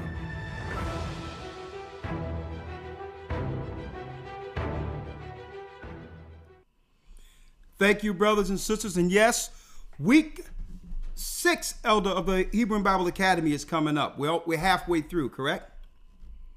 Yes, sir, we are. And we're going into Islam Exposed. Islam Exposed this coming Sunday. You don't want to miss it. Week 7, we're going to have another conversation where I'm going to have many people on through Zoom, and we're going to talk about the issues between man and woman and whether or not we're willing to become accountable to our part in partaking in the partaking of the fruit of good and evil. Are we willing to give a self-accountability on how we're here with families fully separated? Okay. Week 7 of our Hebrew Bible Academy, we're going to talk about this roundtable discussion. All right. But this week, Islam exposed. If you wish to be a part of this, go to historytimes.org to enroll, and we'll make sure you get all the past lessons, and you'll be in for our one-on-ones that we're going to have in this. And we do have a lot of gifts to send for the second part. So be a part of it. historytimes.org. Also, I wanted to talk about that if you sent cash apps for the last couple of days, there was a reoccurring issue because I think when a lot of information was put out there, others are trying, East Indians and these other people, probably up from other countries, scammers, are trying to send us cash apps to pay them, using other people's pictures and all that. So we had to straighten all that out. Everything is fine now. You know, there's no hack or anything, but if you do send, everything is fine now because we straightened things out in the back. All right. You have scammers in America, probably from overseas, seeking to scam, right? Using other people's pictures and all that by saying, pay, give me this pay. No. Okay. So if something happened where you paid a couple of days ago and it was rejected, you can resend it now that everything has been straightened out. Okay. All right. So let's talk about it, Elder Lawyer. Historytimes.org. What say you? Fully entrenched at the bottom before I open up the lines. Yes, sir. Well, before I give my 2 cents, I just want to put something on the table in regards to this coming academy or this upcoming week of the academy, based on what you were mentioning earlier about what occurred in the UK. Yeah. When the guys came up, the Pakistanis came and said that this black man, who is probably himself a devout Muslim, is not a representative of Islam. It cannot speak for Islam. What do you think about touching on the racism and the prejudice within Islam? Let's do that. That's an angle we never dealt with. The racism within the theology of Islam. Is there racism within the actual doctrine? Right. Let's do it. Yes, sir. Let's do it. Yes, sir. All right, let's do it, young man. That sounds, we never tackled it from that aspect fully. Right. The racist doctrine, which really will it brings a light to what happened to our people in America who began to embrace it. Mm-hmm. Right? Have we become better in our community since Islam blew up within the black community, or worse? See? So, oh yeah, great angle. We'll do that. All right. What say you, Other Lawyer, before I open up the lines? Yes, sir. I just want to put a few things on the table in regards to this conversation. Usually, and this is coming from both sides of the spectrum, those who are pro-reparations and those who are anti-reparations, who at every turn try to undermine what's actually deserved for those who served in this country, built the infrastructure, and never were actually given their just due, were never compensated for their work. For those dealing first on the side of those who are anti, those who try to undermine. For example, you may have those within that crowd that may profess to be Christians, especially amongst the Black caucus. Also, some of our brothers and sisters from the diaspora from other countries may claim to believe the Bible, to hold biblical principles and viewpoints or what have you. For them to be anti-reparations, I'm going to show that to be so is actually anti-Bible. It's anti-scripture. Okay. On the other side, for those who are pro and for, a lot of times, and I get it, I understand it totally. We're dealing with a political conversation, and sometimes you don't want to conflate or convolute a political conversation with too many different things, because the message gets crossed, and before you know it, we don't know what we're asking for, because there's so many different things flying at once. However, it is sometimes a little disheartening from that viewpoint where, or people who are from the pro angle, sometimes put the Bible on the back burner, as if the Bible is anti-reparations, as if the Bible is anti-justice. And I want to show that, no, the Bible actually speaks to, if a people have been harmed, if atrocities have been done to a people, if precedents have been set for what happens or what a people should receive if atrocities have been done to them, then that precedent should be followed across the board. Right? Yeah. So just reading a few scriptures, and actually you can go ahead and break some of these down. This is 1 Timothy 5:21. Okay, let's get it.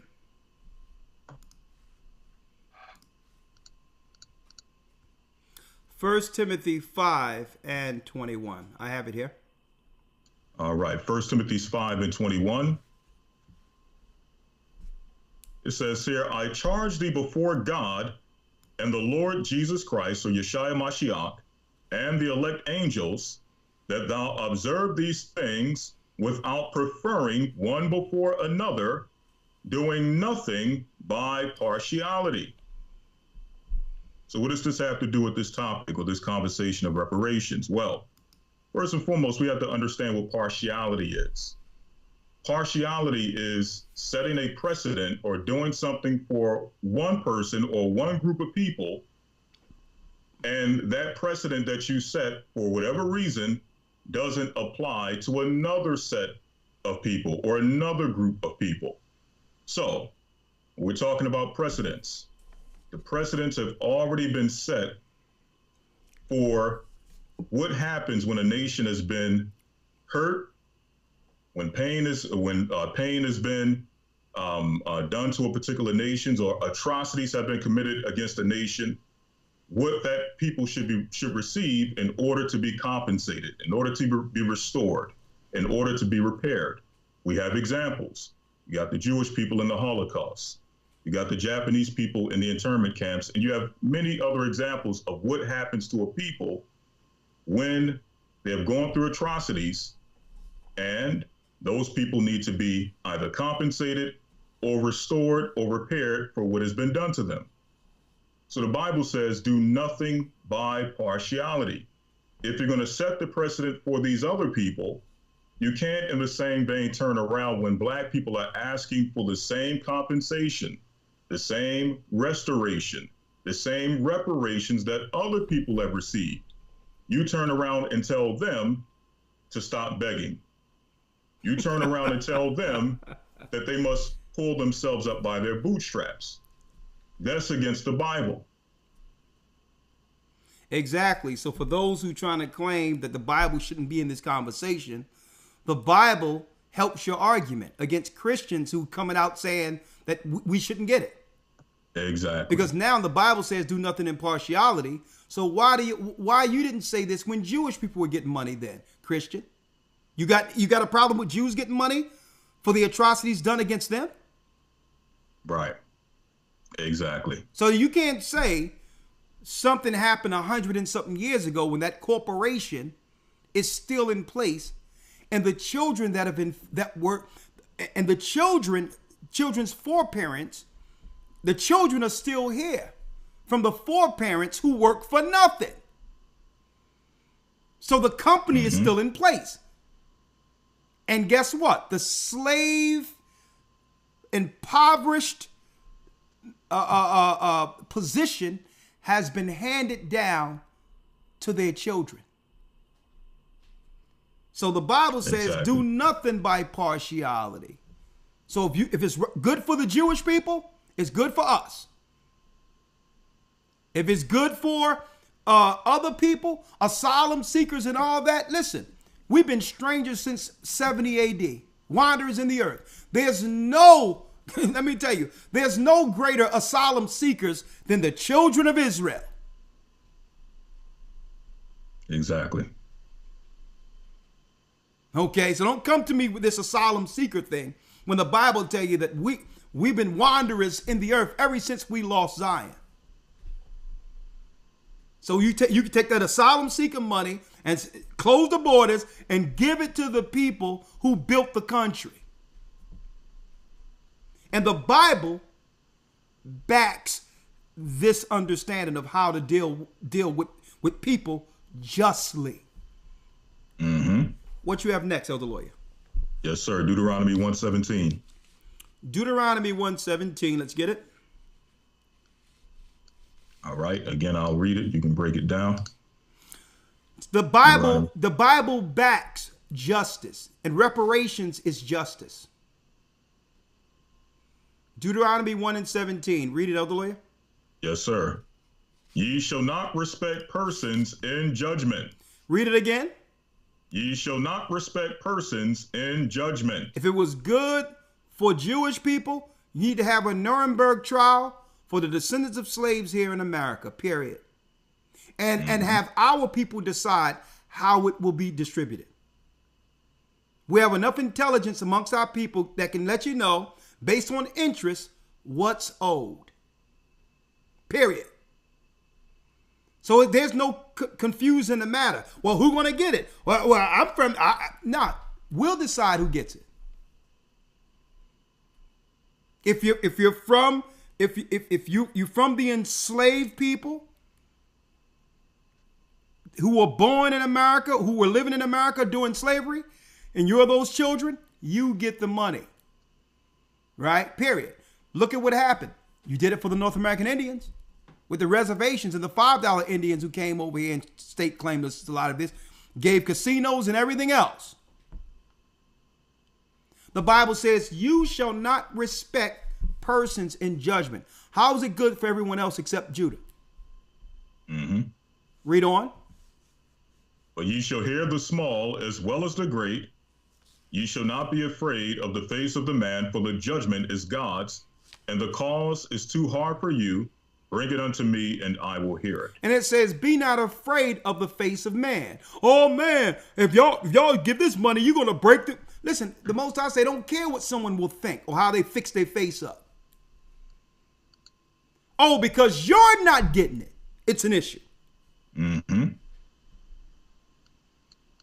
The Bible says, don't be afraid of a man. Judge righteous judgment, even if people disagree with it. It ain't none of your business. What's next? Yes, sir. Leviticus 19:13. Leviticus 19:13. Let's read it. Thou shalt not defraud thy neighbor, neither rob him. The wages of him that is hired shall not abide with thee all night until the morning. And guess what? The wages that were taken from our people are still in the hand of the families and the children of those families who are living today. They have stolen. Exactly. They have stolen wages still within the stock market that belongs to us. Mm-hmm. Yes, sir. The same family still exists. I don't care if they change their names or switch their plantation to a corporation. That money is still floating around in the earth, and it belongs to those who worked. Thou shalt not defraud thy neighbor. And I know Jewish people don't have any problem with this because they believe in Torah, don't they?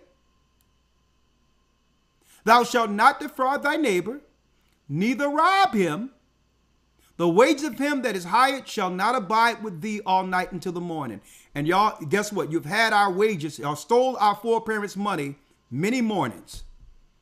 Without it, ill-gotten gains that have not been what? Given to its rightful owners. So you can use the Bible for reparations because the Bible is for justice. That's right. So if a pastor is against reparations, that pastor is anti-God, anti-Bible, anti-justice. And they're saying the plight of Jewish people and others is greater than ours. is greater than our plight. And that they deserve to be indemnified above our people. That's what you're saying. What's next, Elder Lawyer? Yes, sir. Last one, James 5:4. James 5, verse 4. And I still need to know, could we go into other people's country and speak publicly, politically, against the interests of those people? Could I go into the Dominican Republic and tell Dominicans what they can't get? Or Haiti what they can't get?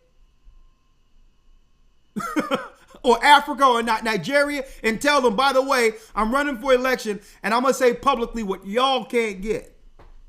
Are we allowed to do that? And if not, what makes them think, what give them the hubris to do that against us? Mm-hmm. James what? Chapter 5, verse number 4. James 5, verse 4. And we're going to have an early night tonight because I want this to set on people without it being, without us going too long. I really would like this to set in the minds of people so they can focus on where we are politically in the earth.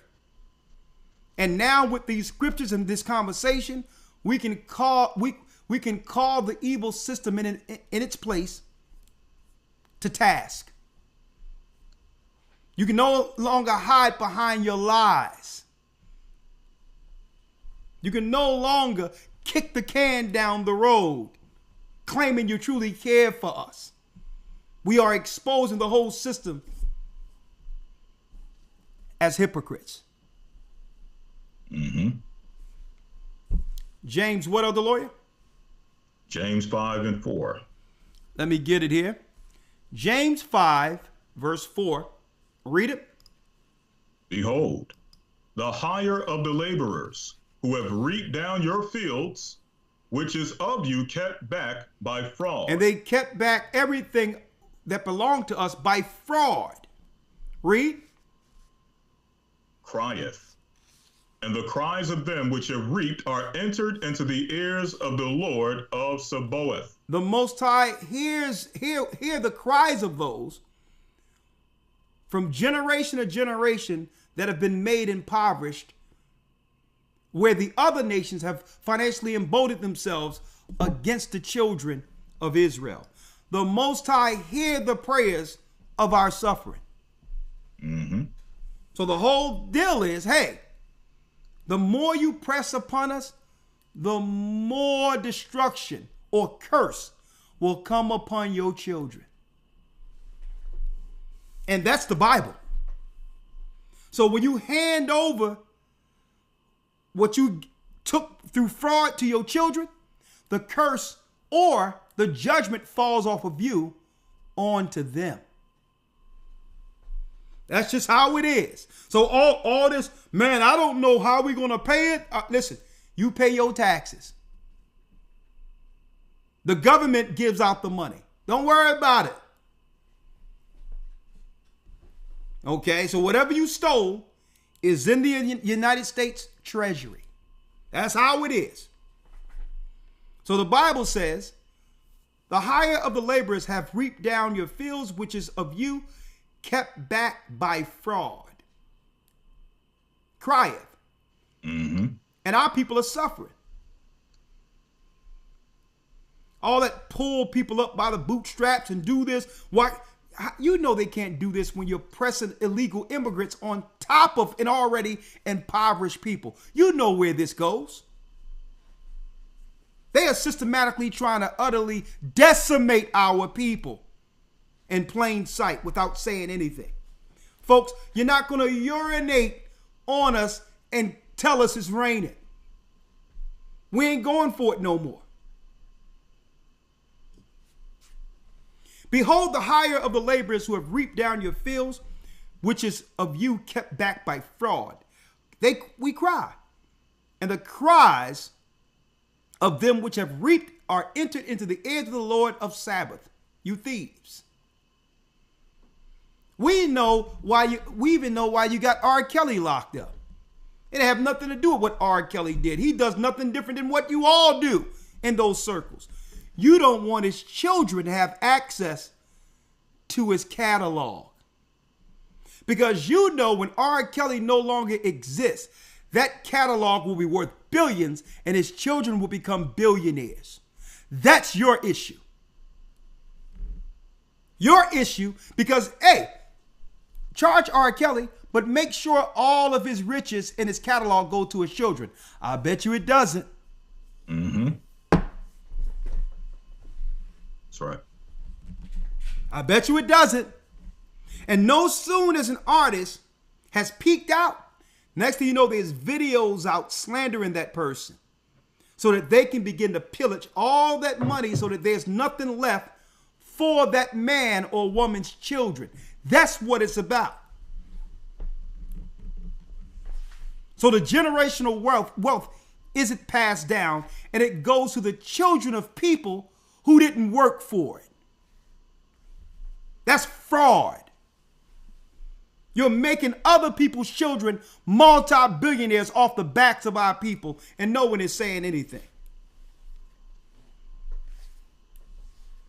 Mm-hmm. Let's go to the 5th verse, Elder Lawyer. Yes, sir. I got one more if you don't mind after that. Go ahead. All right, James 5:5. Ye have lived in pleasure on the earth and been wanton. Ye have nourished your hearts as in a day of slaughter. Read on. Ye have condemned and killed the just, and he doth not resist you. And that's what's going on, folks. They condemned and killed the righteous people. They know our people never recovered after they shut things down, which are so-called cold. Then open up the borders, incentivize illegals in the cost of billions to fight, kill, and to destroy the tribe of Judah in these neighborhoods. They've incentivized a war to make it where our people would never get to the same status we were before the so-called virus.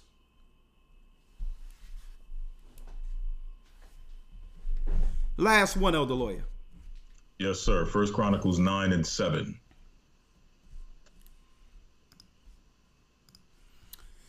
1 Chronicles 9:7. Let's read it. Yes, sir. Who goeth a warfare at any time at his own charges? Hold up. 1 Chronicles 9:7? 1 Corinthians, Salakia 9:7. I'm about to say, yeah. 1 Corinthians, all right. 9:7. Let's read it. Who goeth a warfare at any time at his own charges? Who planteth a vineyard and eateth not of the fruit thereof? Yeah, who builds a country and their children don't benefit from it? Mm-hmm. I need y'all to think about that. We planted the vineyards. We built the plantations. Okay? We plowed the fields. We built Wall Street. Who build a great nation where their children cannot partake of its fruit? That's insane. Read. Or who feedeth a flock and eateth not of the milk of the flock? Say I these things as a man, or saith not the law the same also? The law says it also what? For it is written in the law of Moses, thou shalt not muzzle the mouth of the ox that treadeth out the corn. How can you muzzle the people who work to build the country and not give them food to nourish themselves so to continue working in the country? Mm-hmm. If you muzzle an ox, it's going to fall dead and no one benefits. Right? Mm-hmm. Do God take care for oxen? They care more about cattle than God's people. Mm-hmm. They don't muzzle their oxes when they're dealing with their farms. See? Because they know what? That same corn and nourishment that's in the field, that's feeding that ox, is going to allow that ox to have enough power to pull more. Mm-hmm. And to grow more. Folks, they care more for animals than the children of Judah, than the children of Israel. Imagine this. Imagine an ox coming from another field, from another country, to come examine the ox that have plowed the field, have done all the hard, heavy lifting, all the hard labor. And this ox from another country comes to this ox that did all the hard work and tells him, listen, you don't deserve no corn. Put the muzzle on him. Yeah, we did all the heavy lifting as the ox. And then an ox come from another country and say, no, all the work you did is for me. And y'all need to muzzle this ox who made all this bountiful fruit here that now we can take advantage of. Mm-hmm. That's right. Just imagine that. So if anything, brothers and sisters, these guys who are reparations and all that, whether it be Tariq or whatever, they need to examine how the Bible backs their claim.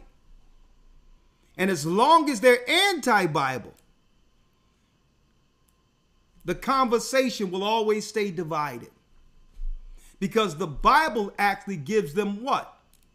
The moral high ground to do what our people did before leaving Egypt.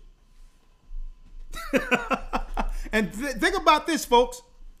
You're not going to do it without some type of belief system behind it. The Jews were able to get money through the Holocaust because they were able to do what? They was able to stand as a religious group who believe in justice according to Torah.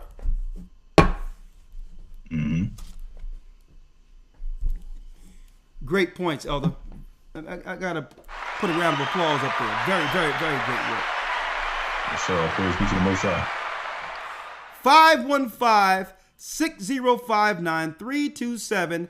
And Elder Lawyer, I still wonder. I wonder if we could go over into other countries and tell other people in Jamaica, Haiti, and Africa what their people can't get. And what would happen if we did that? Okay, so if you're from another country, give me some insight of what would happen if blacks from America, Judah, after the struggles that happened in your country, came to your country and said, well, you shouldn't get anything. How would y'all see that particular individual?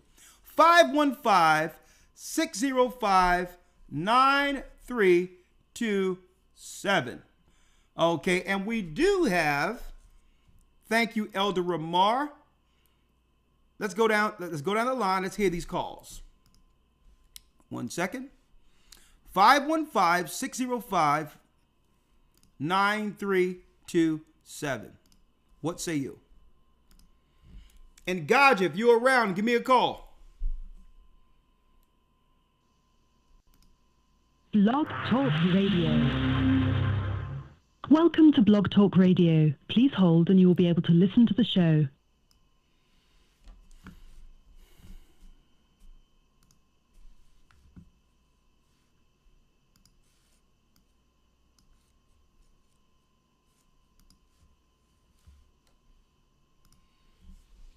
All right, there I am here.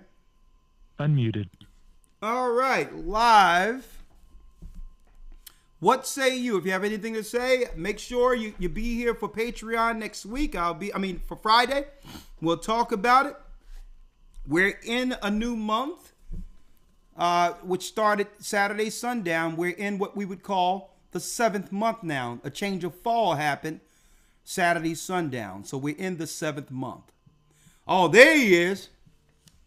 Oh, there he is. Oh, let me bring Elder Gaja in the house. Hold on. Let me bring him in here. Participants. Let's see. Let me see if I can add a caller. There he is. Did I merge him in? Shalom. Shalom, Elder Gaja. Elder Gaja in the house. Where you at, young man? I'm right here. Can you see me? Can you hear me? Oh, I can see you, but you need to put some more light on you. Yeah, the lighting is very, very, very dark. What you in the car? That better? Yes, sir. I guess you heard the broadcast. I just clocked in just then. I've been having some trouble logging on. Just got the last bit of what you're saying right there. Yeah, so there was a video I showed earlier where people from all different parts of the world, be it from the Caribbean, Haiti, and all of that, Panama, got on other gadget. Let me, here you go.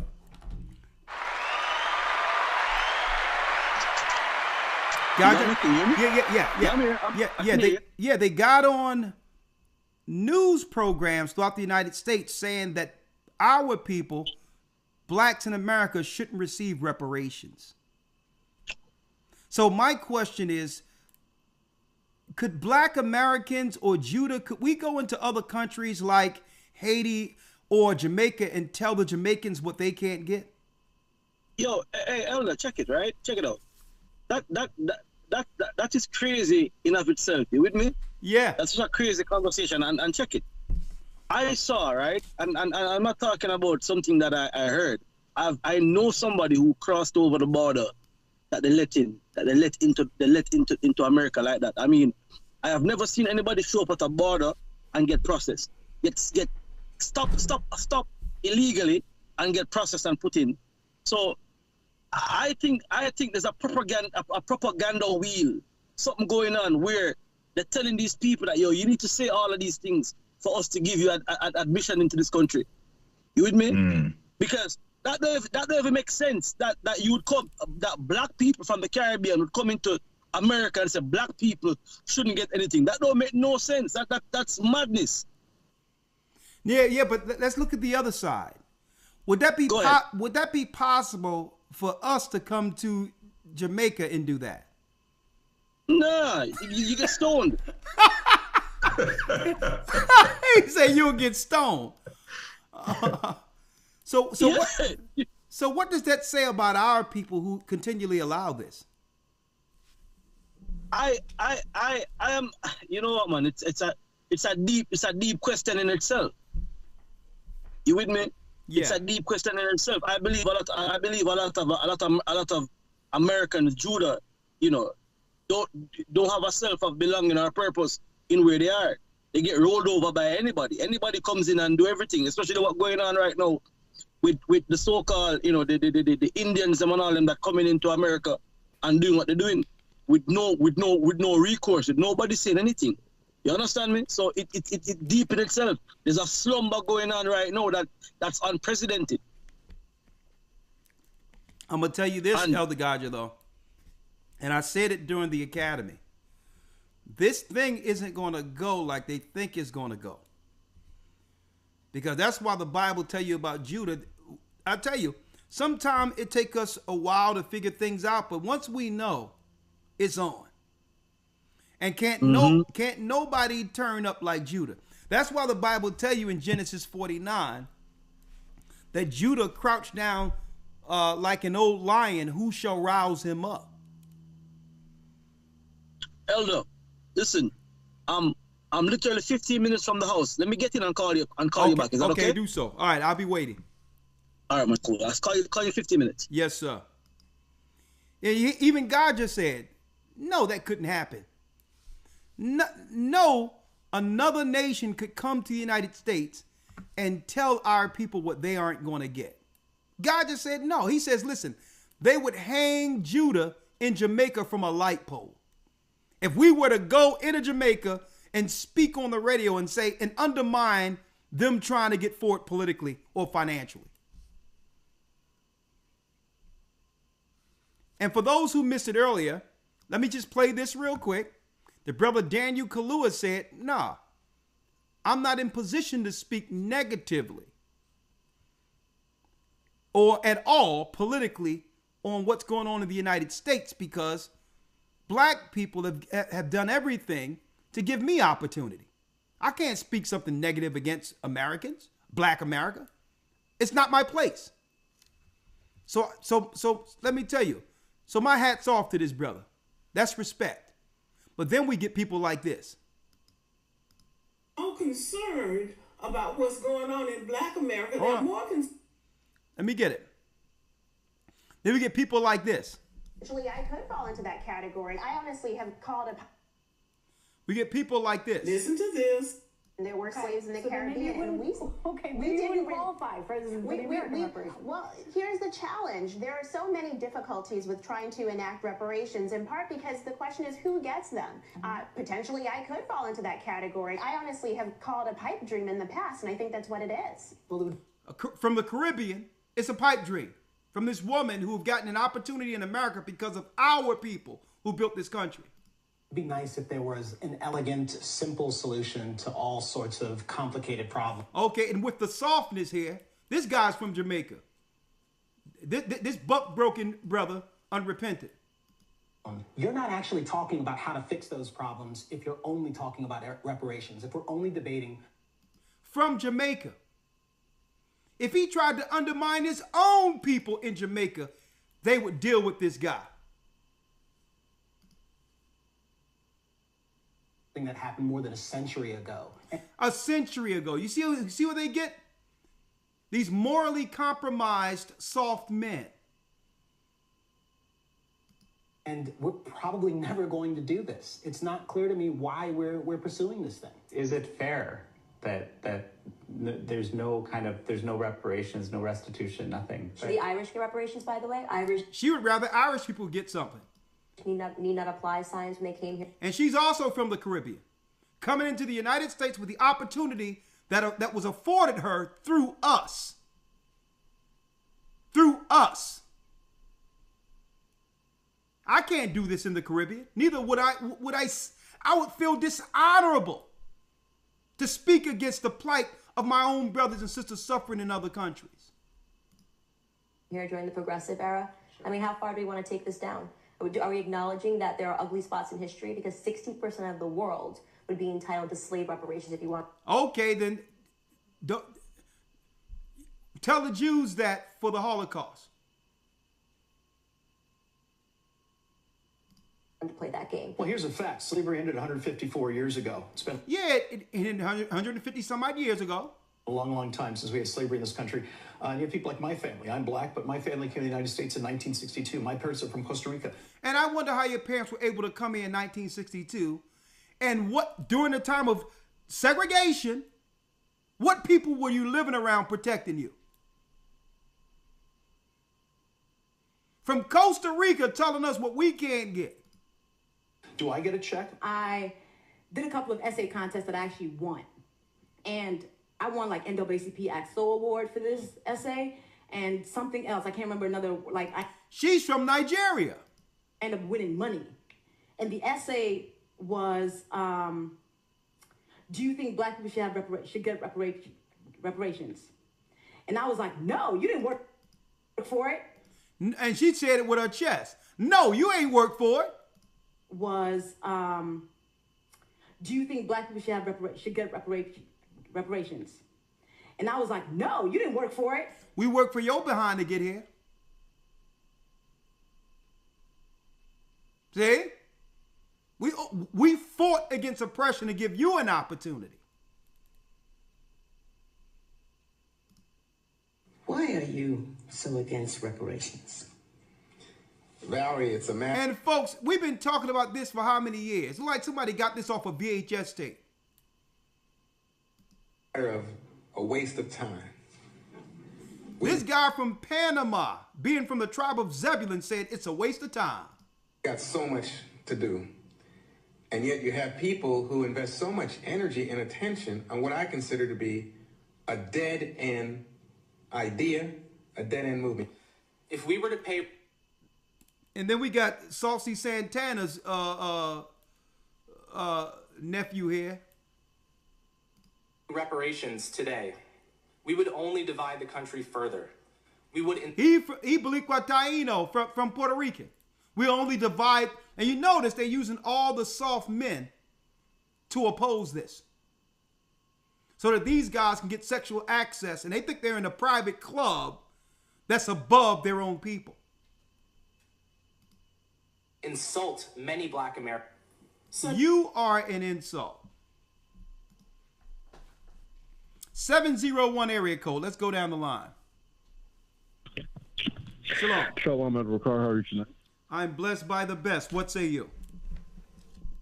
You are very blessed by the best. His name is AHAYAH. That's what I say. Yes, it is. Let's talk. I'd like to start this conversation out by saying you have to con science before you can grow a consciousness. Con science, that's good. Mm-hmm. Just thought of that last night. Okay, so I'll share it with some hope. Okay. What say you? Have anything to say on the topic?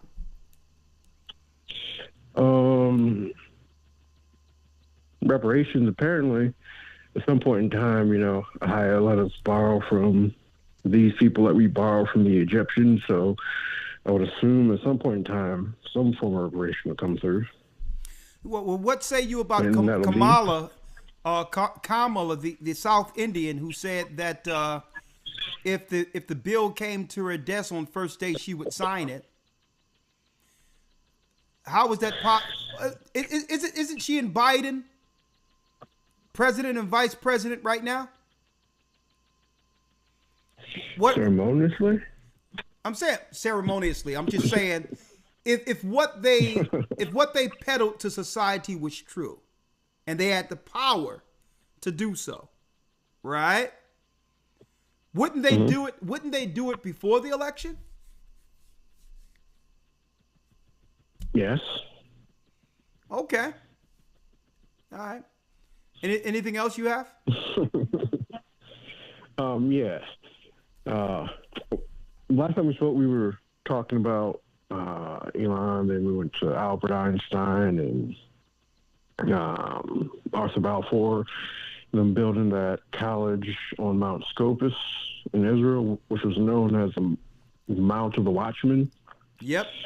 Oh, in 70 AD, they used that mountain as a base of operations to take the city.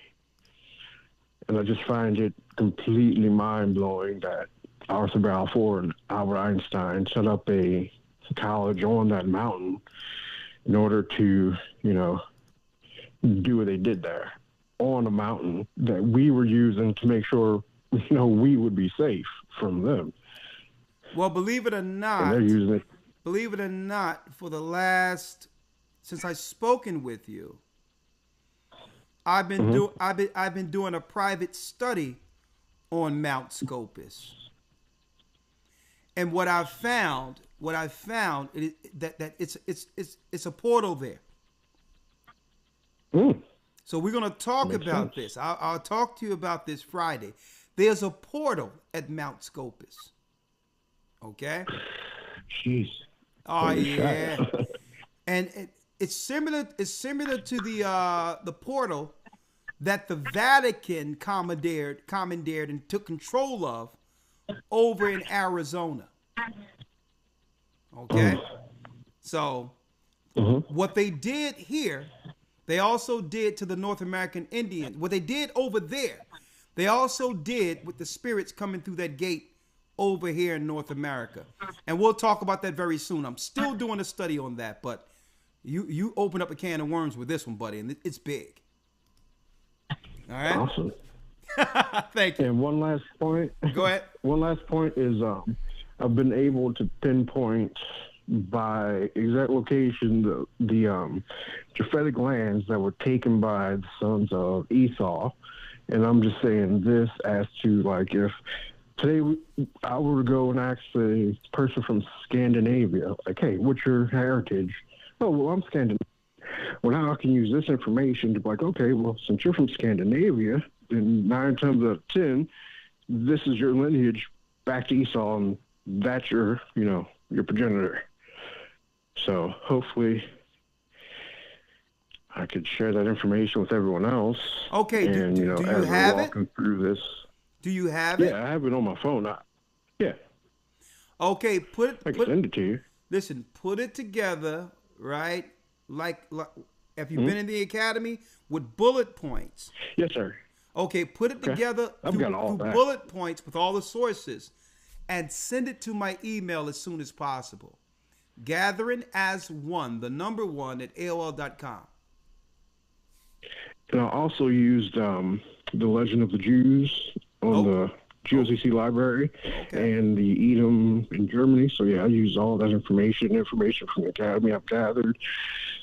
And I've been able, like I said, pinpoint accurately, okay, well, yeah, these ones went to this Japhetic land, and now they call it that. Brother, that's cold. I need that now. I'll go to sleep on that one. Absolutely. Gathering as one at AOL.com. Put it together in a little study, bullet points, and send it to me tonight. I will do that, Elder. My brother. Hey, nothing like studying. I really appreciate you. All right. Greatest thing in the world. Got to study to show ourselves approved. Hey, brother, the more you dive in, the more you search, the more the Most High will send. That's just the way it is. My brother. I love him for it. All right. I'll talk with you soon. I really appreciate you, brother. Shalom, Elder. Shalom. Great call. Yerad has a question.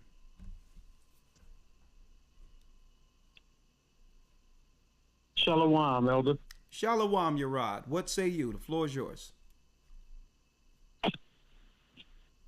So on the topic, when you look at the closing verses on Deuteronomy 28, when it says that no man will buy you out, you know, it's my understanding that we know the Almighty, he says the gold is mine, the silver is mine, you know, the cattle on 1,000 hills.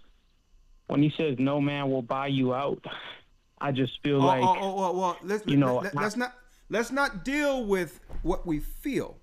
Let's deal with what the scriptures say. Gotcha. Let me get the scripture. Roger. All right. Understood. Well, we read that and it says buy you out. Okay, listen. It doesn't say buy you out. It says no man shall buy you. Buy you means redeem. That means redeem, right? No man will redeem you out. Yeah, because that's Christ's position. It was through his blood that gives us another opportunity, redeeming us back to the Father. Through his blood, we're purchased. That's all that means. Gotcha.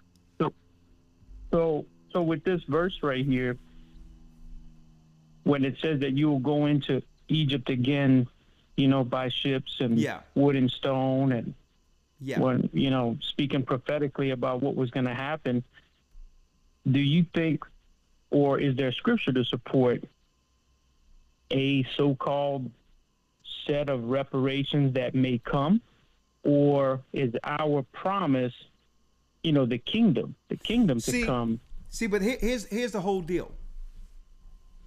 It's not an either or here. What you're saying is you're presenting it like it's either this or that, when it could be this and that. Like, for instance, it don't have to be one or the other. That's how you presenting it. This is not saying that they can't give us reparations, because there's a biblical precedent that's set according to the Bible what they're supposed to do. Now if they don't, it just speaks to their hypocrisy, which brings their judgment to a head quicker anyway, because their empire can only go on as long as we go along with it. See? so it's a catch-22 for them. Because they're in control by default anyway, right? Exactly. And it's through the deception of our people believing in the system that keeps their empire continuing. But when you show their hypocrisy, where our people begin to back off and not support it, it shortens their particular rulership. So they're in a dichotomy here. So that scripture isn't saying that they can't do reparations. I'll tell you this. If they could find a way to do reparations and sustain their power, so to keep us under them, they would do it. But I'm going to tell you, when they do it, how they're going to present it. I'm going to tell you right now. The only way they'll give our people reparations, if it comes with us taking the mark of the beast. I believe they're going to kick it down the road and give a caveat to say, well, okay, under this system, to get access to this money, you need this particular currency. Now, they'll give it to us, but it'll come with a compromise. And then it's going to be up to whether or not our people will realize, well, okay, whether or not they're willing to do that. But we're nearing a cashless society. And I believe that they're going to kick it down the road until they link it into, well, you can get all these credits if you get the mark of the beast. Isn't that reparations? And the answer is no. Cut a check before that. Thank you, my brother. I agree. I agree. I don't think they'll do that though, like you said. Yeah, but we'll see. But either way, the president have been set. Judah is awakened, and now everyone is falling on code. And this is beyond political lines and everything else. It's the Most High, through the Spirit of the Most High, that our people are having the same conversation together in this earth at this time. And let me tell you, this is how close we are, my brother. When has it ever been a time where our people were able to all stand together and understand those who were undermining us the whole time? That's a step. Never. Never. Not on this precedent. Not on this level. That in of itself is moving this thing towards a cataclysm. Because now our people will no longer operate. If we don't operate in this political process, this system is done because it was set up to keep us on the bottom. And if we decide not to participate, there's no need for the system. And this is what they fear. See? Thank you, my brother. Great question, though. Great question. All right. See, whether they give it to us or not, it's good that we're here with information to point out their hypocrisy.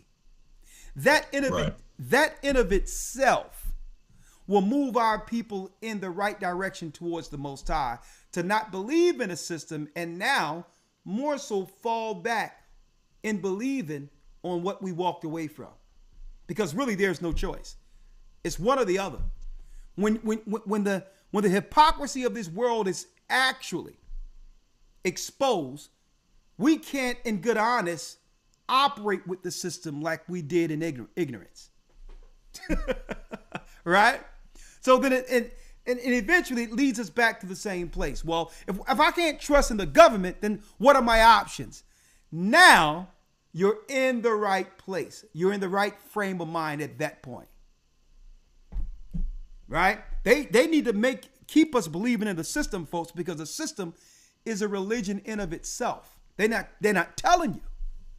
The system, the whole government, the way things are structured in these governments, folks, this is a religion. They're politics. And they need to continually have us believe there's hope. You'll hear this over and over again. Hope. There's hope. We need to dream. Hope. So you can believe in something. But when you start realizing the whole thing is a fraud, it's a farce, then you'll begin to say, well, I put all my hope into this, and this thing is a sham. And at that point, you're in the right place, because then you'll be asking for what is the alternative. And folks, that's where the Most High comes in at. He's just been waiting for us to wake up concerning this wicked empire. And now he'll open an option now greater than this farce. Okay? At that point. Right? Let's go down the line. Jerron has a comment. Jerron. Hello, how you doing? Can you hear me? I can hear you fine. How are you, sir? I'm good. Shalom, Elder. Shalom. Hey, I want to actually piggyback right off what the brother was just talking about. And tie it back into, you know, the lesson that you're talking about. Basically, I feel like the scriptures already said that the kingdom was in us when the children of Israel asked when was going to be the end of the world. The kingdom is in us, and faith was dead without works. The scriptures also said that we was going to come out of here with a great substance. Christ is literally telling us that you got to do it yourself. You know what I'm saying? When we look at what happened when they basically blocked the bill in California, that was basically okay. Hold on. You just said something though. You said what Christ said. Now you make Christ. No. Listen, when you make quotes like that, we can't just let you skip back over without straightening that out. Christ said, "You're going to do what with yourself?" Christ said that the kingdom was in us, and that he said we was going to come out of here with a great substance. Yeah. But what you said after that about oneself. We got to do it ourselves. I mean, not like we can't give ourselves reparations like in a way like we know Christ is going to do all these things for us, but faith is still dead without works. We have to peep game what's happening politically, and we have to basically act on that.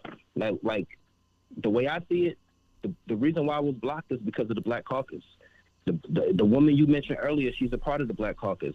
Most of the people that's inside of the Black Caucus are not foundational Black Americans. They are not of the people who actually suffered in America. The people who came over, they are brothers and sisters in the other tribes. Okay. Many of them. So they feel it doesn't benefit them. Yeah. They like, you know, especially the ones that's not in the truth, the ones who don't know the Most High. Okay. Well, let's unpack it real quick. Right? Everything you're saying is correct. But the good thing about this is we can see them now. Exactly. Right? So because we can see them, their undermining us doesn't have the same effect. Because now we know what we're up against. Now our people, and I see it right now, our people are opposing these taskmasters. Be it Roland, at one time, Roland Martin and all these people were able to undermine us without us even realize what they were doing. And now they're being faced. If you're going to be their lackey, then now you're the one that you're going to take the licks for standing in the gap. See, and listen, that's where at one point we didn't recognize that they existed. But our people are now stepping to Roland now. Our people are now pointing. We never did this before. So it's still blowing the lid off of this facade called America and showing that their true intentions through their so-called democracy is to keep Judah on the bottom. And I believe our people are waking up to that. That this system isn't set up with equal opportunity like they've claimed for years. And there's no hope the way things has been with us moving the needle, believing in a system that have been constructed to keep us on the bottom. So the good thing about this, brother, is that more and more of our people are waking up concerning it. That's the good part about it. Now, whether or not they give us reparations, hey, it's a caveat if they do, but the fact that they won't points out their hypocrisy, and that in of itself will begin to wake even more people up concerning what this system has really been constructed for. And that's my point. All right? You know, Elder, I want to say, I agree with you, Elder. Yeah. I think that the kingdom is in us as well, though. I believe that, brother, like, we can, listen. It has always been in us. Again, like I told the brother before you, this is not an either or conversation. What we're doing here, brother, is dropping wisdom to show the hypocrisy of a nation who sell us one thing, but really they're in place to do something else. So the kingdom, Christ said the kingdom is within us. Okay? Let me tell you, we've always survived against all odds with the deck stacked against us. We're resourceful. Okay? So whether they give it to us or not, brother, a remnant going to survive through this. But what we're doing, and listen to, brother, and this is where the wisdom comes in at.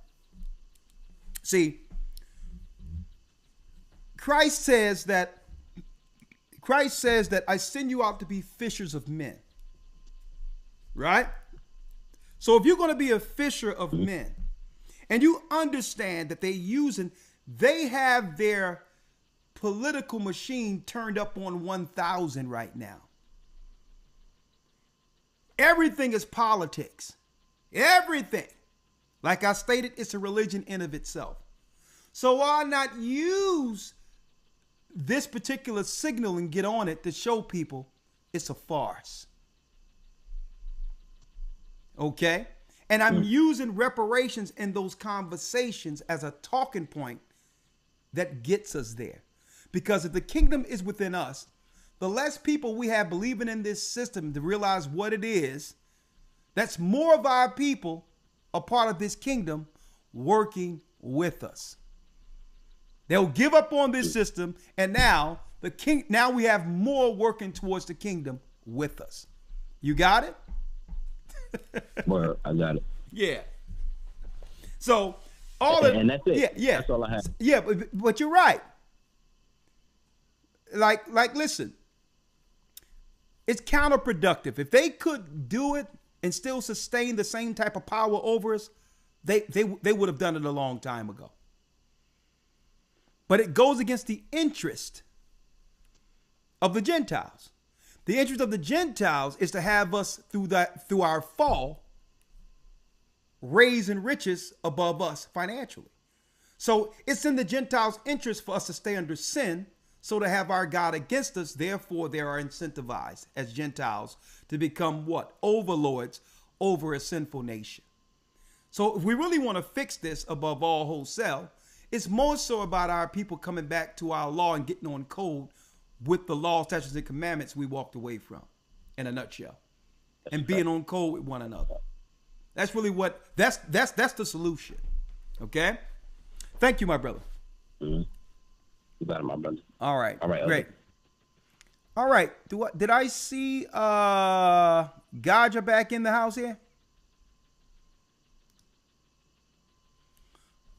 Let's see. Hey, Gaja, you can call back and I'll merge you back in. All right. Devin has a comment. Thank you, Jerron. Great point. And yes, we all getting ready to camp this year. It's going to be great. This Tabernacles. Hell yeah. Be out there in the wilderness amongst my brothers and sisters praying together, eating together. And I know all the children, they look forward to this time of year. All right. So it's going to be a blessing for the feast this year. So, all right. There go Gaja there.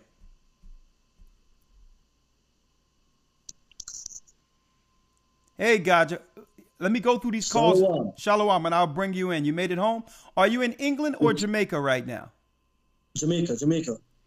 Did you hear about this new law for traveling in the United States now? Traveling from the United States over into Europe? I know what they're saying. Listen to what the Tin Horns are saying. They're putting this out there without any fanfare. When you go to travel plan, Gaja. Mm-hmm. When you go to travel plan, it shows here. Hold on, let me get it here.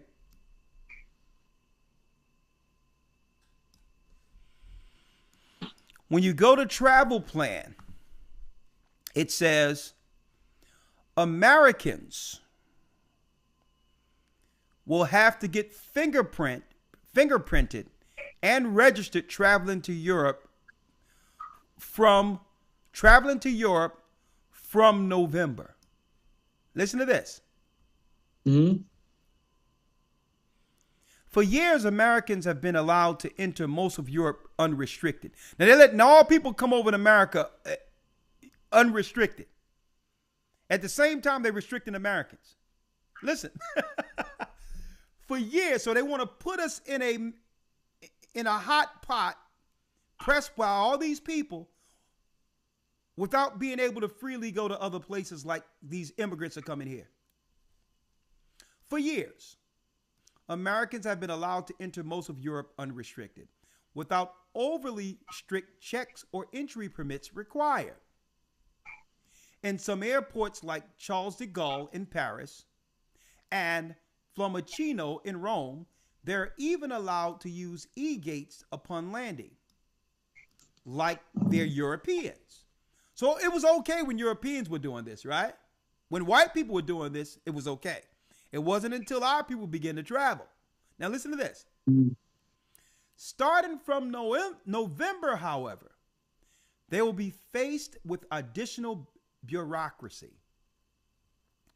Following years of deliberation, the Brussels-led bloc is finally reforming its border policy to meet the challenges of modern times, from security threats to irregular migration. U.S. passport holders will not be exempt from further scrutiny when flying into the zone. Listen to this. Starting November 2024, around the same time of the election now, so who knows what they're cooking up that would need heightened security measures internationally before the election. That's what I'm looking at. I believe the Democrats will do anything to stay in power. Listen to this. Starting November 2024, if you're an American, you should expect to get fingerprinted and registered upon crossing the European border. And there's just no getting around it. Why is Europe tightening border checks for Americans?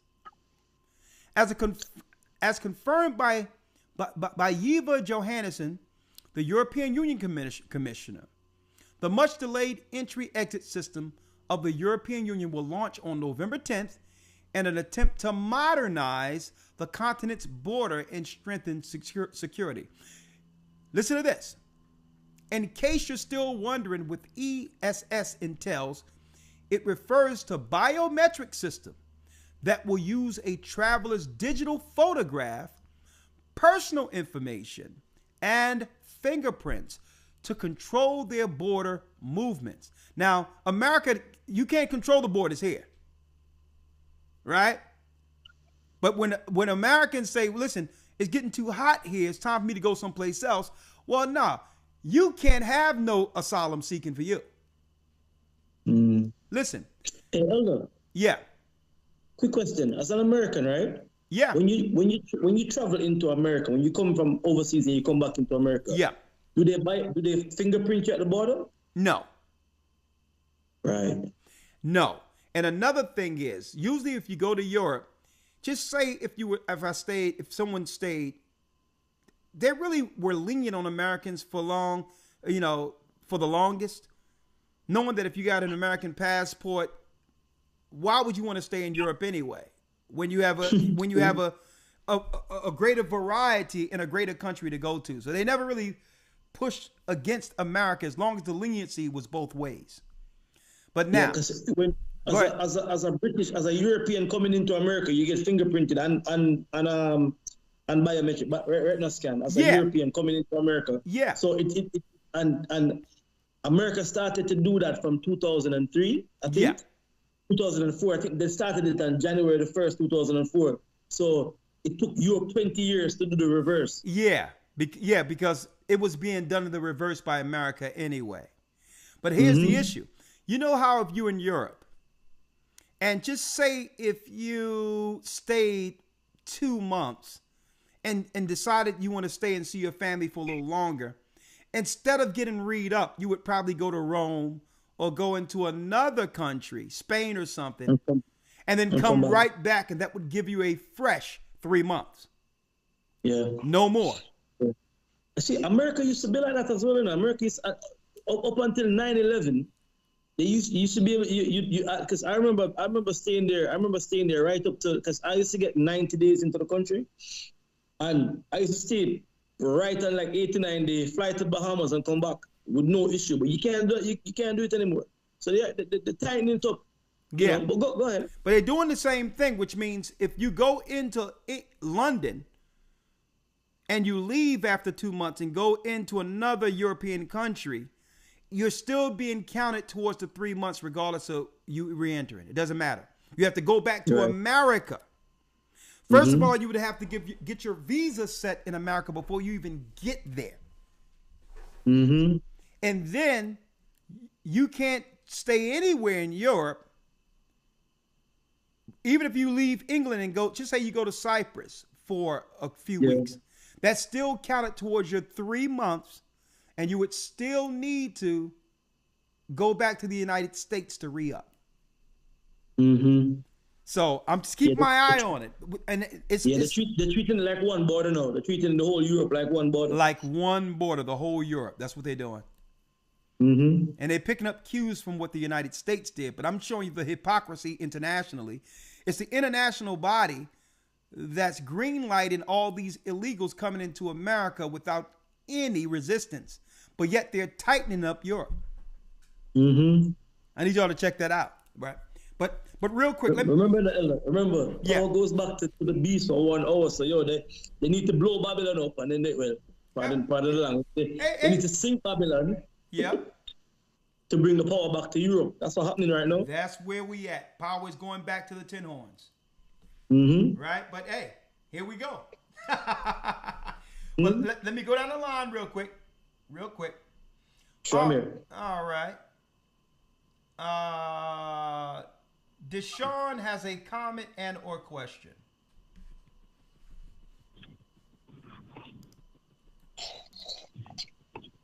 Yes, Deshaun. Good evening, Elder. How are you? I'm doing well. 1 second. 1 second real quick. 1 second. 1 second, okay?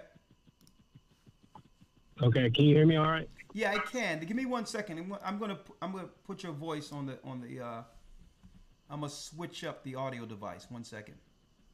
So that God and Lawyer can hear you at the same time, okay? Gotcha. Studio display. Okay, say something. Hello? Yes. Yeah, the floor yours. How you doing, Deshaun?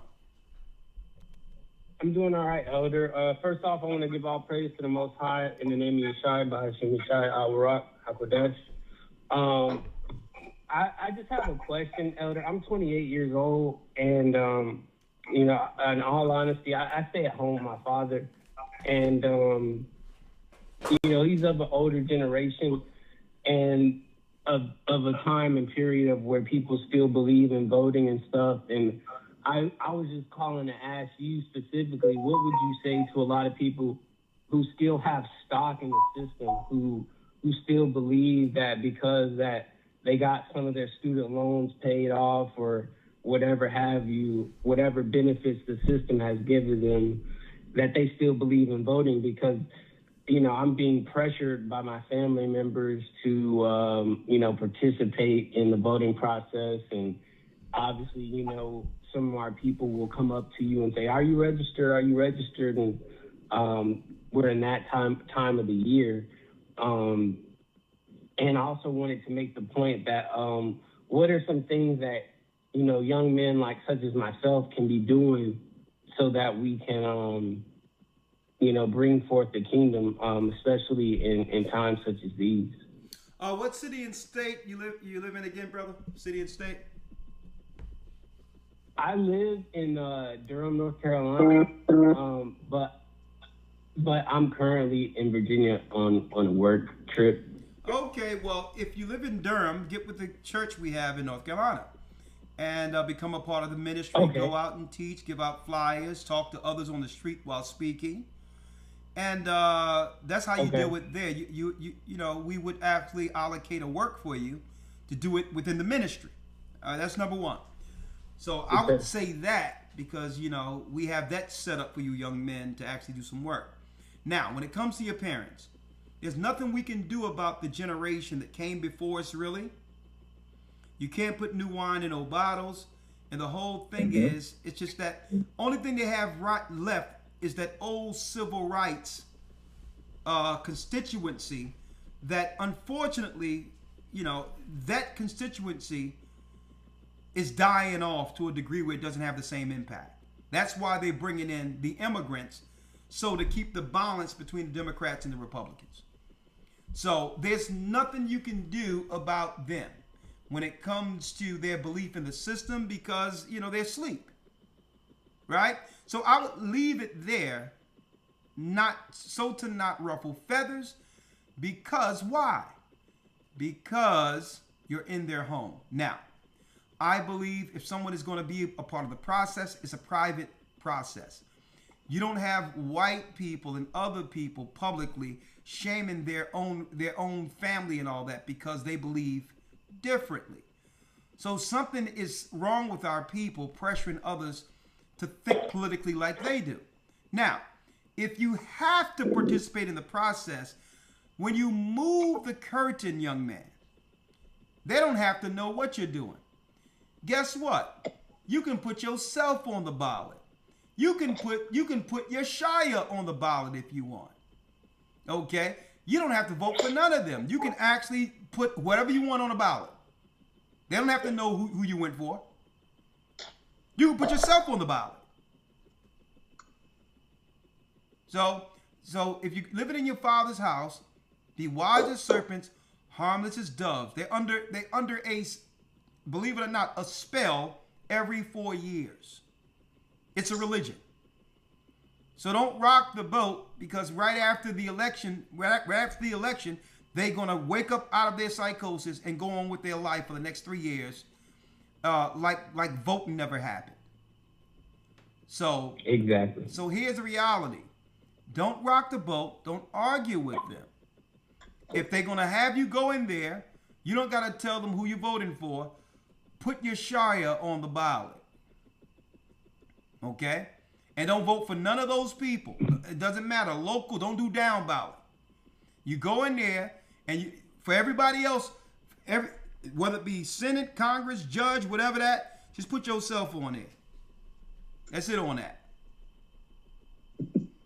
Okay? That's understood. That's understood. Thank you, Elder. All right? Don't ruffle any feathers, because yes, sir. It's like, that's what it is. Every year, it's this time in Christmas where people go into a psychosis. Christmas time, they go into that spell until the ball drop and wake them out of their spell, out of their hypnosis. So it's Christmas, and then when the ball drop on New Year, they wake up and go on with their life like nothing happened. Same thing with an election.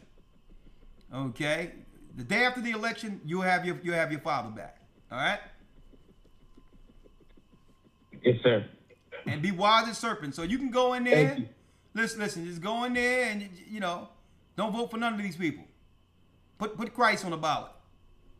All right. Yes, sir. Shalom. But at least they'll know. Shalom. And what's good about this, by doing it that way, at least they'll know that you had the opportunity and you dealt with the process and didn't choose them. Okay?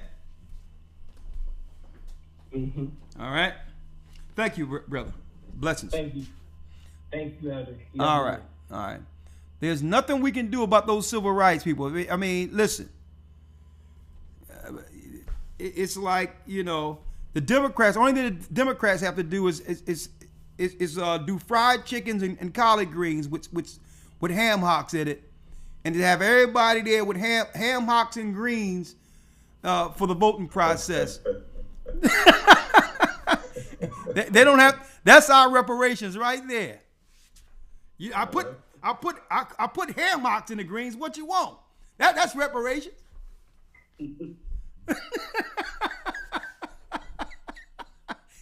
What you want? I could have gave you these greens dry now.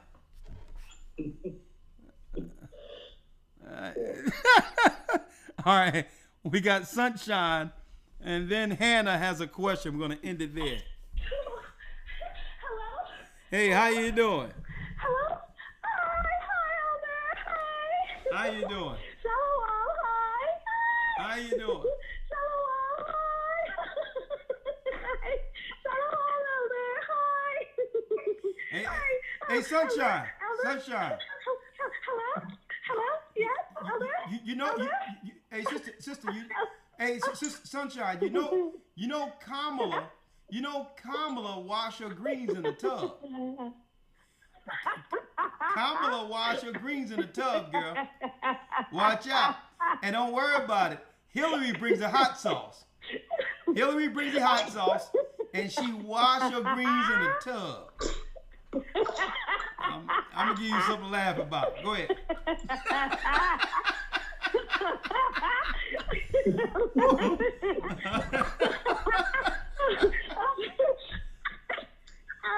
I gotta pull that up, man. Well, go ahead, sister. Go ahead. Elder, while there's a stream of ungratefulness that we see amongst all those who gained, borrowed, and have stolen from Israel, and all the goodness, morality, civility, dietary, and health benefits that the nations have received by virtue of sojourning with us or hanging around the children of Israel has been claimed, and we, the people who these virtues originated with, receive no respect, honor, or gratitude, or any kind of recognition or compensation for what light we have contributed to the world. And in fact, we are displayed on media throughout the world as the lawless, base people, so that the name of Israel and our ideals and righteousness would be no more in remembrance. And with the lies stacked against us, who we are as the children of Israel, and the lies stacked up against what we have contributed to the whole world, and even the lies stacked so we can be dog eat dog amongst one another. All the while, the whole world has grown in wealth and influence, thriving on our spirit, intellect, capacity, and God-given creativity. And without reparations, we then see a blatant admission by the perpetrators in actions, in broken promises, and in partiality, like Elder Lori was saying, and non-repentance or no remorse. So if these empty words and partiality has happened once before to destroy us without renouncing it, the same can happen again, and it's happening again as injustice and generational curse. And instead of fairness, so-called equality for all, straight across the board, there's the delusion of entitlement to our essence, our labor, and it was done for free and forced. So it has become an expectation for us to do things for everybody else, and even including the paid hirelings and lackeys, to become perpetual payers against our own interests, against ourselves, and against our prophetic rise. And the same morality and civility that is expected for all nations is not honored or justly given for our turn. But the same slanders that have been set upon our people are coming in full view and being placed on those who have handled us or mismanaged us in their multiple hypocrisies. And this halt not to accept the true Christ and his people, not to give back what is stolen, not to operate in fair and just grounds, is bared naked to the bones. Their nakedness shows all unrighteousness, and now the acquired and stolen seats of morality have become worldwide vacancies. Come on, wrap it up now, wrap it up. Land the plane, land it. Land it. Land the plane. And the prophecies, just to say, Elder, that all of this oppression of the poor righteous man is coming to an end, and we know that this shift in tide means that Judah on the bottom will rise to the top. There it is. Rising to the top. There it is. Rising to the top. Up to the top. There it is. Blessings.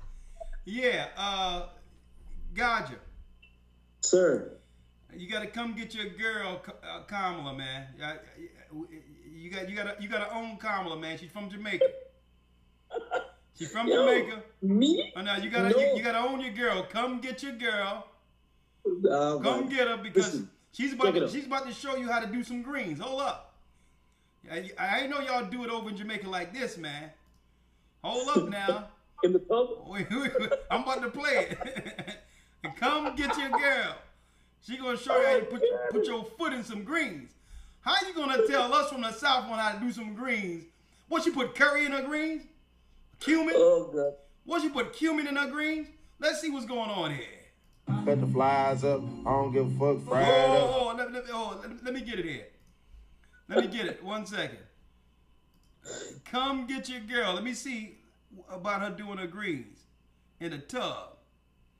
Hold up. Oh, excuse me. That was the wrong one. Absolute. Right here. Hold up. We don't want to hear what you saying. Come on, man. She's about to tighten these greens up for us. You ain't never heard like this, young man. Oh, gosh. Hold up. Bacon. Hold up. I do bacon. She put bacon in her greens, man. Hold up. She put what in it?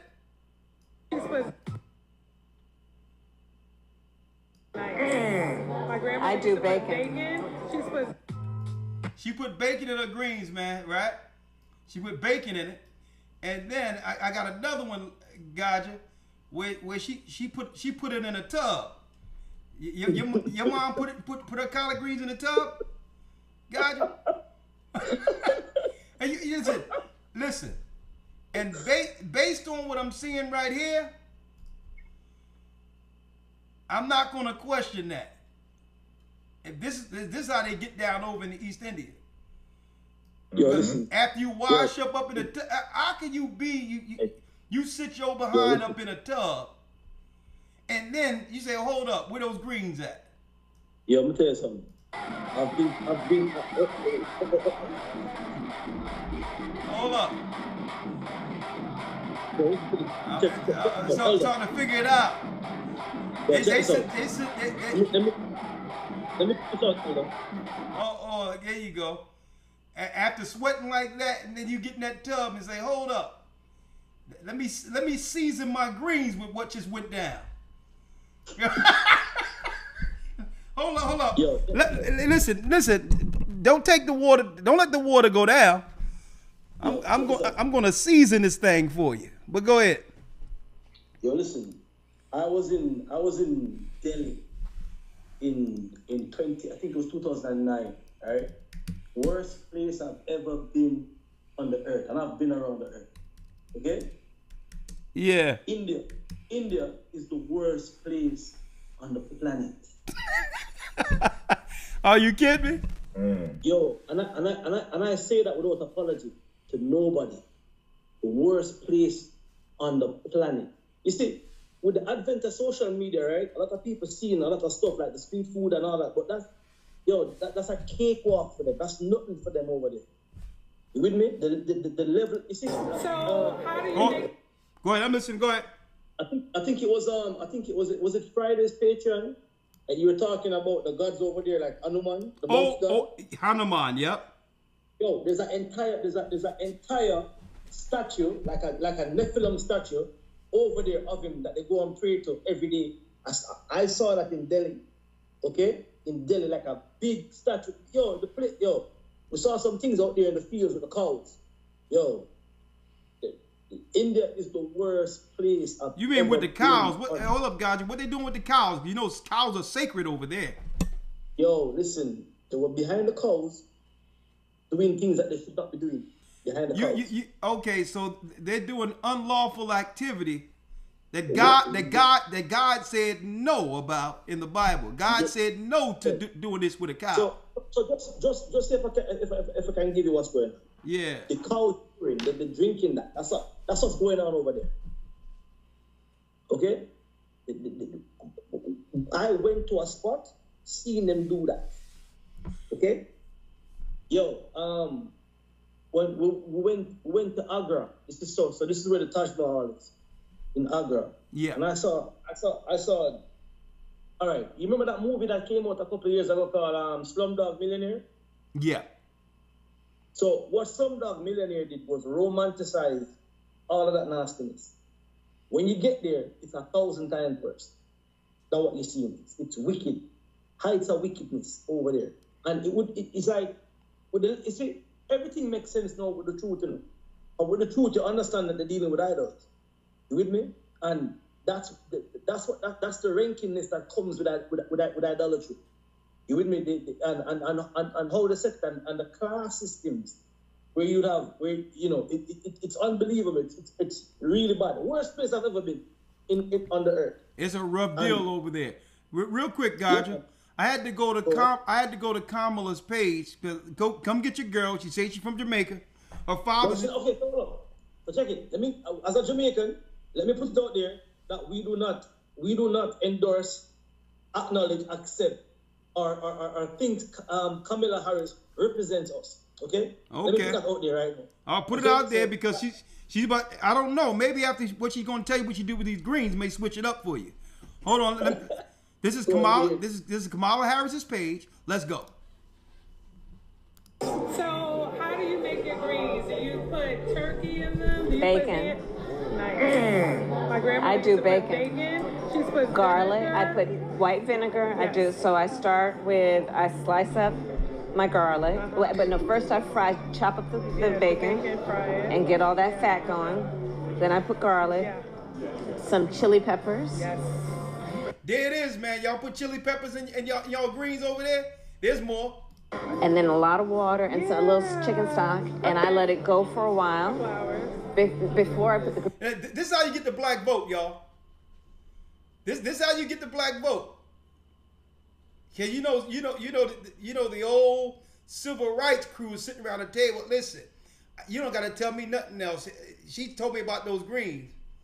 That's all I needed to hear. That's all I needed to hear, that she made greens. Yo, man, that musician, what's he called?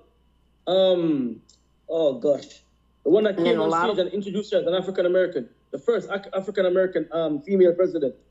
What's he called? Who? Oh man, what's he called again? This rapper, young rapper, came out. Not even young, man. His name is escaping me now, but came out and introduced her as an African American. She's going to be the first African American president. I'm like, what? Man, she ain't. Listen, there's no one claiming that anywhere. Let me finish this. Water and a little chicken stock, and I let it go for a while before I put the greens in. And then, right, so you get that going and all that flavor, and then I put the greens in for a couple hours. Then I do vinegar, and then I cheat and do a little Tabasco. No, that's okay. Yeah, but Tabasco of all, like I like Louisiana hot sauce, but Tabasco has Louisiana hot sauce. You take a cue from old Hillary. That right amount of vinegar. Yeah. And that's how I do my green. I see why you get invited every year. So that's legit, man. There's nothing to see here. She's 100% black. All right. And and then while we at it, nothing to see here. You know, just go out and vote. Vote for Mrs. Imhoff. Mrs. Doug Imhoff. Okay? Make sure you get that thing popping. Oh, one thing. I got to go real quick, right? Gaja. Sir. We asked a question in the academy. Mm-hmm. Right? We know this is the husband of Kamala Harris, who we now, doing the research, her father, even though he's from Jamaica, he's never claimed Jamaican. He's really East Indian and part Irish, right? And on top of that, Kamala's history, father's history, is that he owned slave plantations. His forefathers owned slave plantations in Jamaica. So he's from the line of white people who came over there and enslaved Israelites, right? Here's a question, though. So when they put when he said Jamaica, they made us believe it was speaking of black Jamaica. That's their deception. We posed a question in the academy the other day. Barack Obama. If Barack Obama was married to a white woman, would he have been voted president of the United States? I think he probably would have been in. With a white woman? Yeah, brother, let me tell you. See, you're not, either of us aren't qualified to answer that question. I'm going to ask the sisters in the chat room right now. In the chat. Right? I'm going to ask the sisters in the chat right now. And I'm going to put this on the screen for all to see. Right? I'm going to put this on the screen for all to see. Because I think you and I are going to back off it for a little bit. You know what I mean? Okay. We're probably personally invested in this thing right now. Right? So what I'm going to do is I'm going to put the chat up in here. Right? Right up here. Here's the chat. Here's the chat. All right? All right, sisters. Only sisters. If Barack Obama was married to a white woman, would he have become president of the United States? Would sisters have voted for him? Yes or no?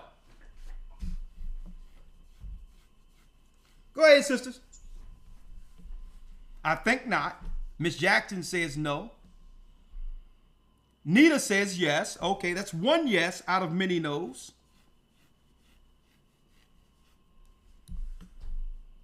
Right? No. Nope. Nope. Nah. We only got one. Well, we got Nita had to vote twice.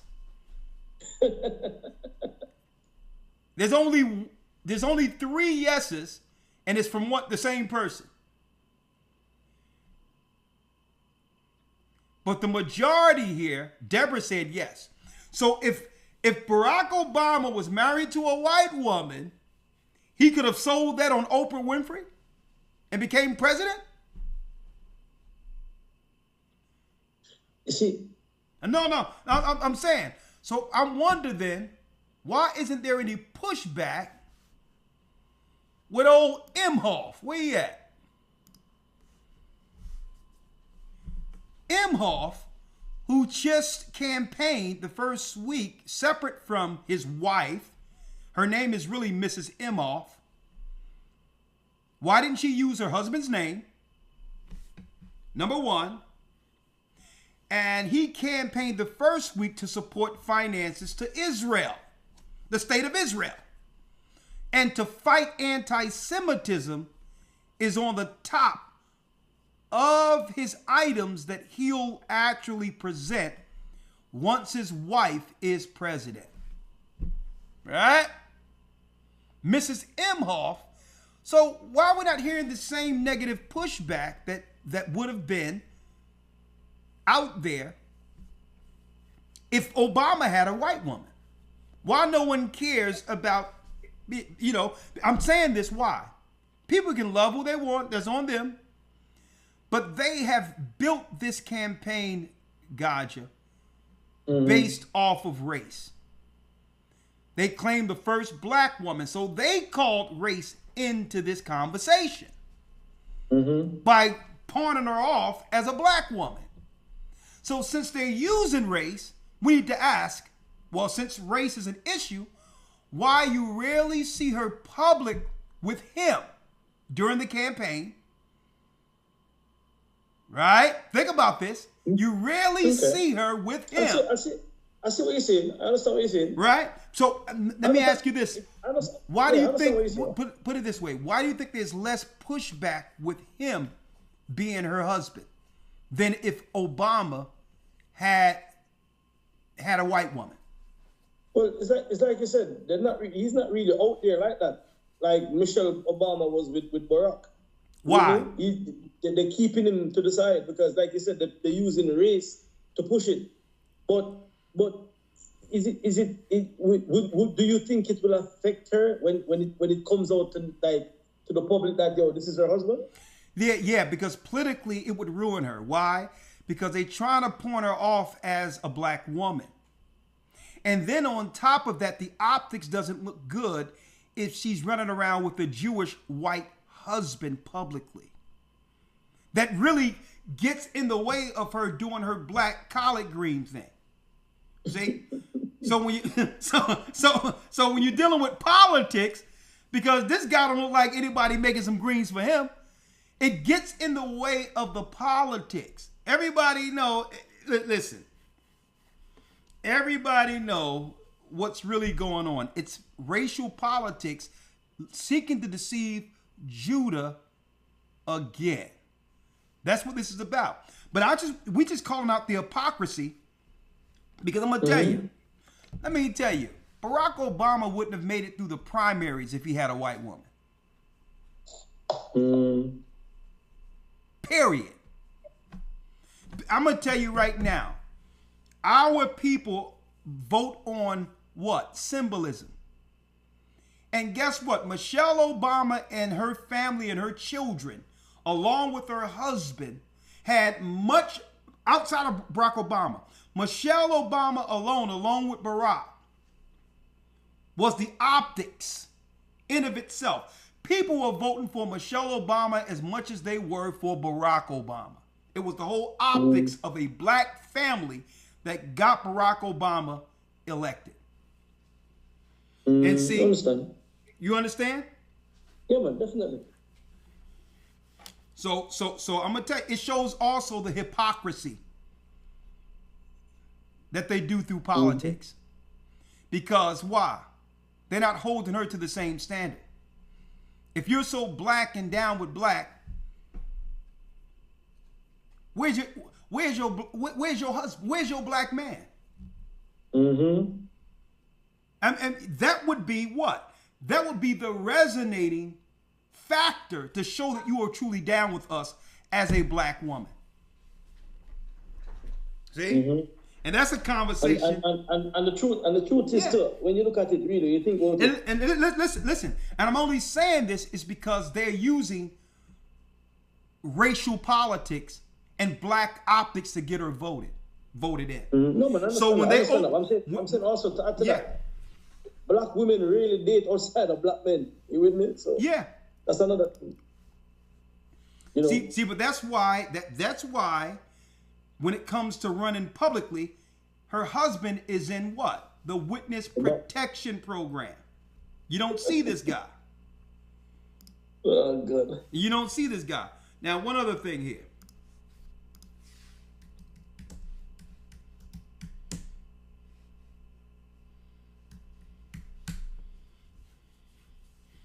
And really, I would respect her more if she was on a show, Gaja, and say, listen, I'll whip up a mean chicken masala.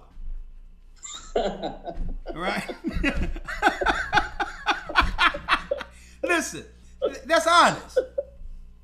All right? Just be honest. Listen, that's honest. Okay. Yeah, like I make a mean naan bread. Okay, we in that. Oh, good. Just give us the truth. All right. So I got to get some sleep. So I'm gonna call you up in a few minutes, Gaja. Yes, okay. And just putting it out there. I'm in Toronto this Sabbath. So you in Toronto? Yes, sir. This Sabbath. Okay, that's what's up. So that's a blessing. Reach out to me. And let's see if we can get you over the border. Yeah, man, definitely. All you gotta do is claim asylum. Sure.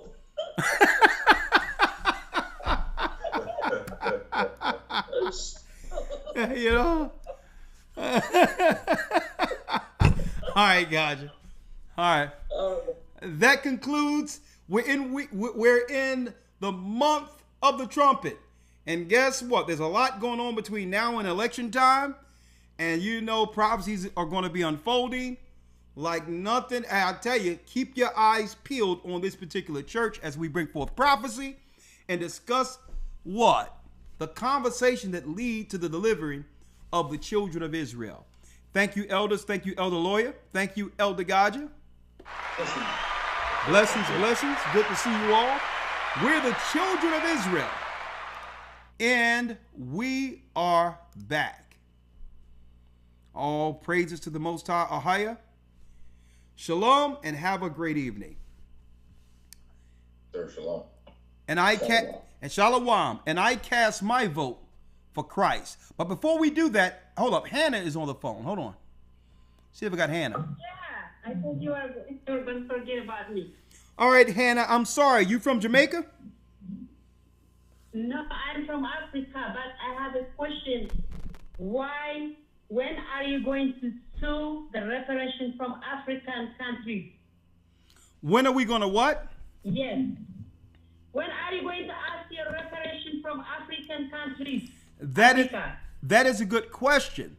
See, one thing that's because I am from Africa. You should ask. If we weren't sold you, our ancestors, if they didn't sold you, you wouldn't be in this position. So Africa is include Africa in your question with your reparation. So you're saying Africa should pay the children of slaves they sold also, as an African? Yes, 100%. Because there is a movie Sankofa. You should watch it. I mean, it's real. Yeah, we sold you. Oh, our ancestors sold you. That's an interesting take for someone being from Africa, so state and just. You should start with Africa. Let me ask you this. African countries should pay your reparations. I'm glad you're bringing that out. Let me ask you this. What part of Africa are you from? What country? I'm Ethiopian, but every African country should pay because they let you to be in this position. And the Goree Island is one evidence. And there is a movie, Sankofa. It's a well-certified movie. You should check it out on YouTube. So your problem started in Africa. So Africa should be included paying reparation to African Americans. Well, that's sister. That is a great point. But let's knock down one pin at a time. The current corporation, right? The current corporation is what our people are facing now. And then, after that, if there's anything, if that sets a precedent, then we can take the next step, right? But let me ask you this. How long have you been following the church, sister? I always listen to you. It's very interesting. But my friend and I, we always talk about you. When African Americans start asking their reparation from Africa, Africa is the richest continent, so they should pay you. Let me ask you this. If you think a black American being from the tribe of Judah, do you think that we could come over to Ethiopia and tell Ethiopians on television what they shouldn't get? And what would happen if can our people, being a black American from the tribe of Judah, could I come over Ethiopia on your television when your people are actually marching for something that they need to survive? Can I come on the television and tell your people that y'all shouldn't get it?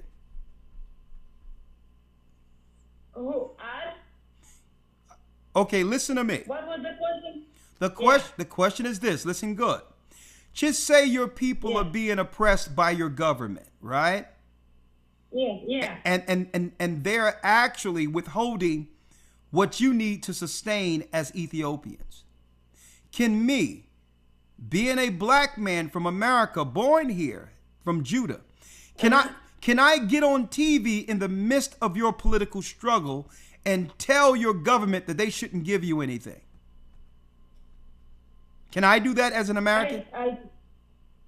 I think you could, but I don't know how you're going to do it. But no, listen to what I'm saying. You could. If I was in Ethiopia and did that, what would the Ethiopians do? If I was to stop them from getting what they deserve, and I was to say, y'all don't deserve it, give it to me. How would Ethiopians treat me? What is about Ethiopia, this question? No, okay. It's not clear to me. No, I'm just giving you an example because we showed earlier how others are coming from other countries who have benefited based on what we have done here in America, only to get on the news programs and say that they shouldn't give our people from the tribe of Judah reparations. And they're not even from here. We're not. They shouldn't say that. Huh? They shouldn't say that. Yeah, but what I'm saying is, if I was to do this in one of their countries, that would lead to some level of physical harm, I believe these people would actually, if I did that in Ethiopia, they would be waiting for me after the broadcast, don't you think? No, they shouldn't say that from other countries. That's not their business, because you guys came as a slave, the whole world knows. So you between your government, nobody should put their finger. We're just an immigrant. Thank you, sister. You should ask your government, but that's between you and your government, because a black man, a white man came at the same time in this country, but unfortunately a black man came as a slave. You have your own identity, your American identity. We are the immigrants. My question is, why Africa is getting scot-free? Africa, we did this horrifying thing. Well, we sold you, our brothers and sisters. So sister, start your reparation from African countries. Sister, listen to me. No one gets away scot-free. All the nations, all the nations who have all the nations who have done this against our people will be judged. Thank you. Yeah. Okay. Yeah. Are you currently in Ethiopia right now, or are you the United States? I live here. Okay, great. But it's always this question raises always, and there is like a hidden feud between African American descendants of slaves and African immigrants. I get it. You should hate us. I get it. But this case to be resolved, you should ask Africa a reparation, because you deserve it. Yeah, I think that's a fair statement. Okay, I tell you this: we are a very grateful and gracious people. I don't think it's in our spirit to hate anyone, but I would say this: I thank you for your assessment and your take on this. Not too many people are willing to come out and say what you're saying. But let's be real.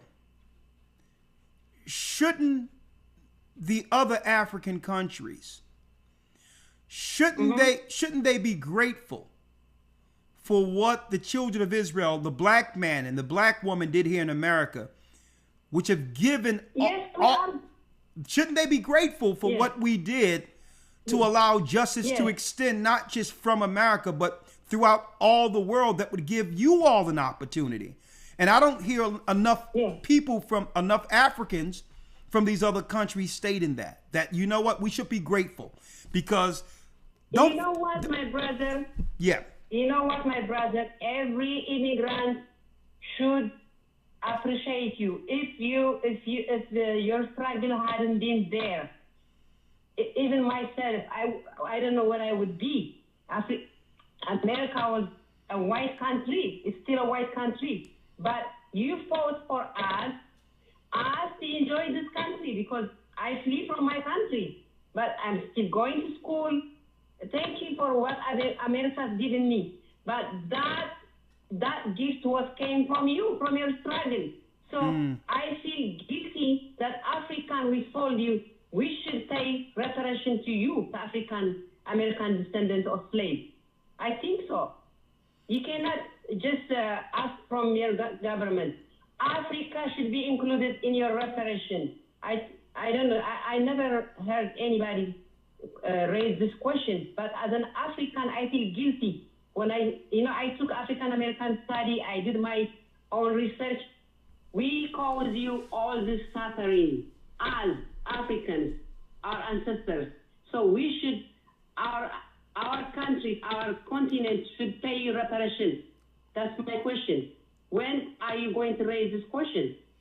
Well, sister, like I said, we're facing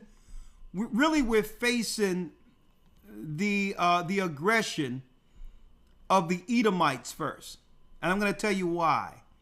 After making all these other countries third world, they're hiding behind the immigrants. They're fighting us behind the immigrants and using all other people as buffers. So instead of operating with the buffers, we're, through the spirit of truth, are taking down the source. See?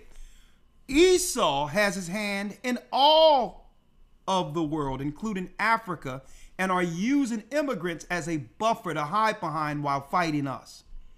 So how do we fix all of this?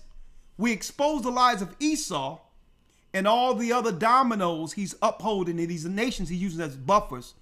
They fall like dominoes. See? So Esau would rather us fight all the buffers he's putting in front of us so that he can escape.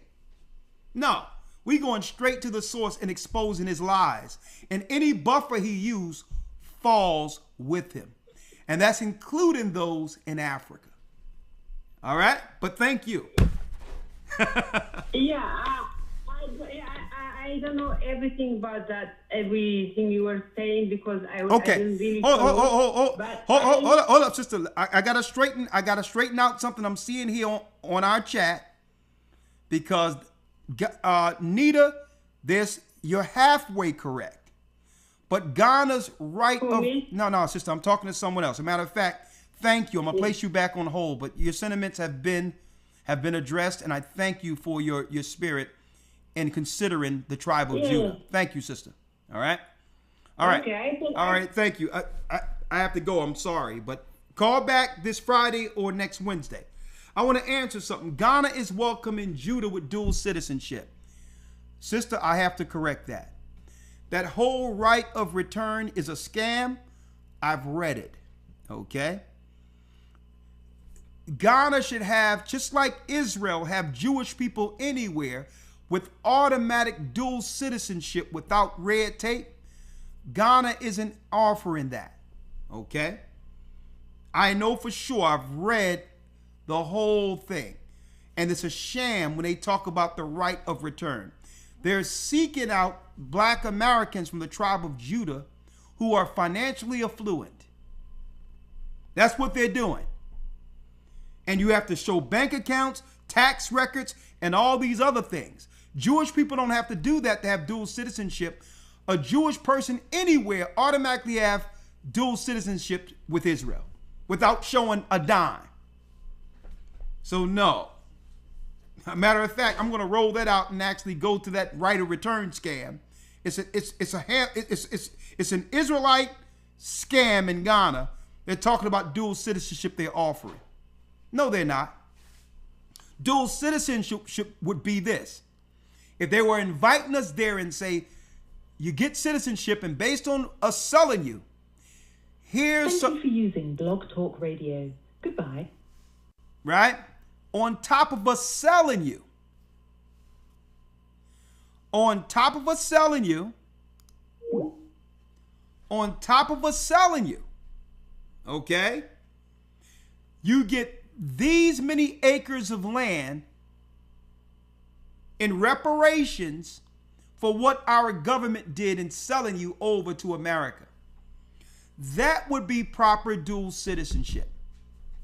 Not no, let me see whether or not we can actually cast a great net and see who has the money in America to help us. Okay, so I wanted to straighten that out. That's a sham. They're not offering dual citizenship.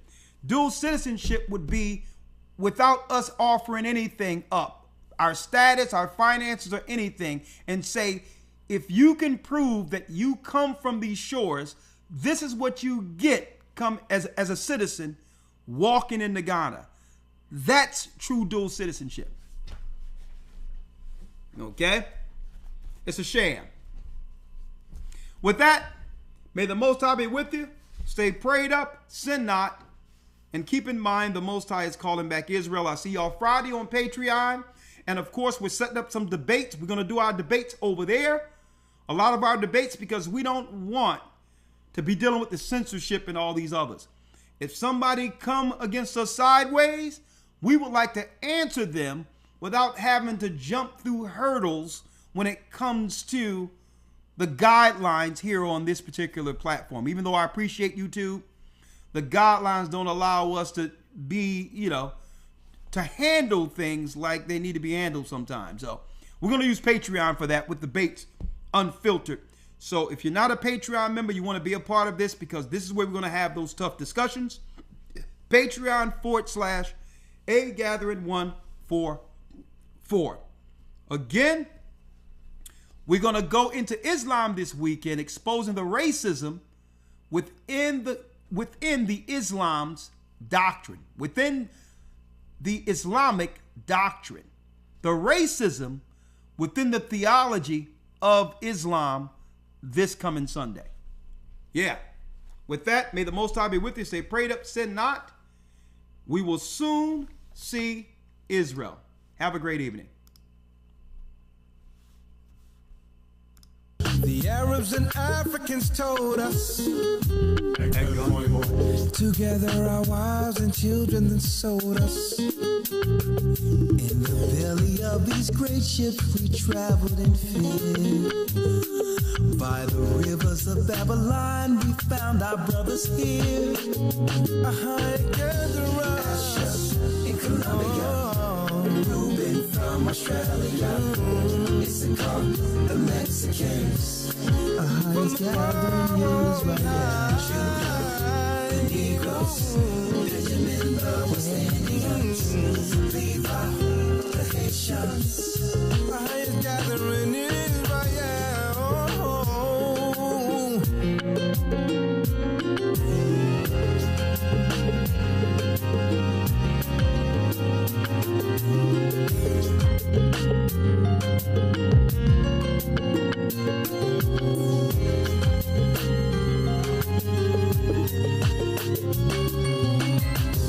Asher in Colombia, Reuben from Australia, Issachar, the Mexicans.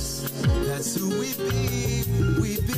Judah, the Negroes, Benjamin, the West Indians, Levi, the Haitians, Manasseh, the Cubans, Ephraim from Puerto Rico, Naphtali from the Isles of Hawaii. The Lord is calling back Israel. Zebulun from Panama, Gad, the North American Indians, Simeon, the Dominicans. AHAYAH's gathering Israel.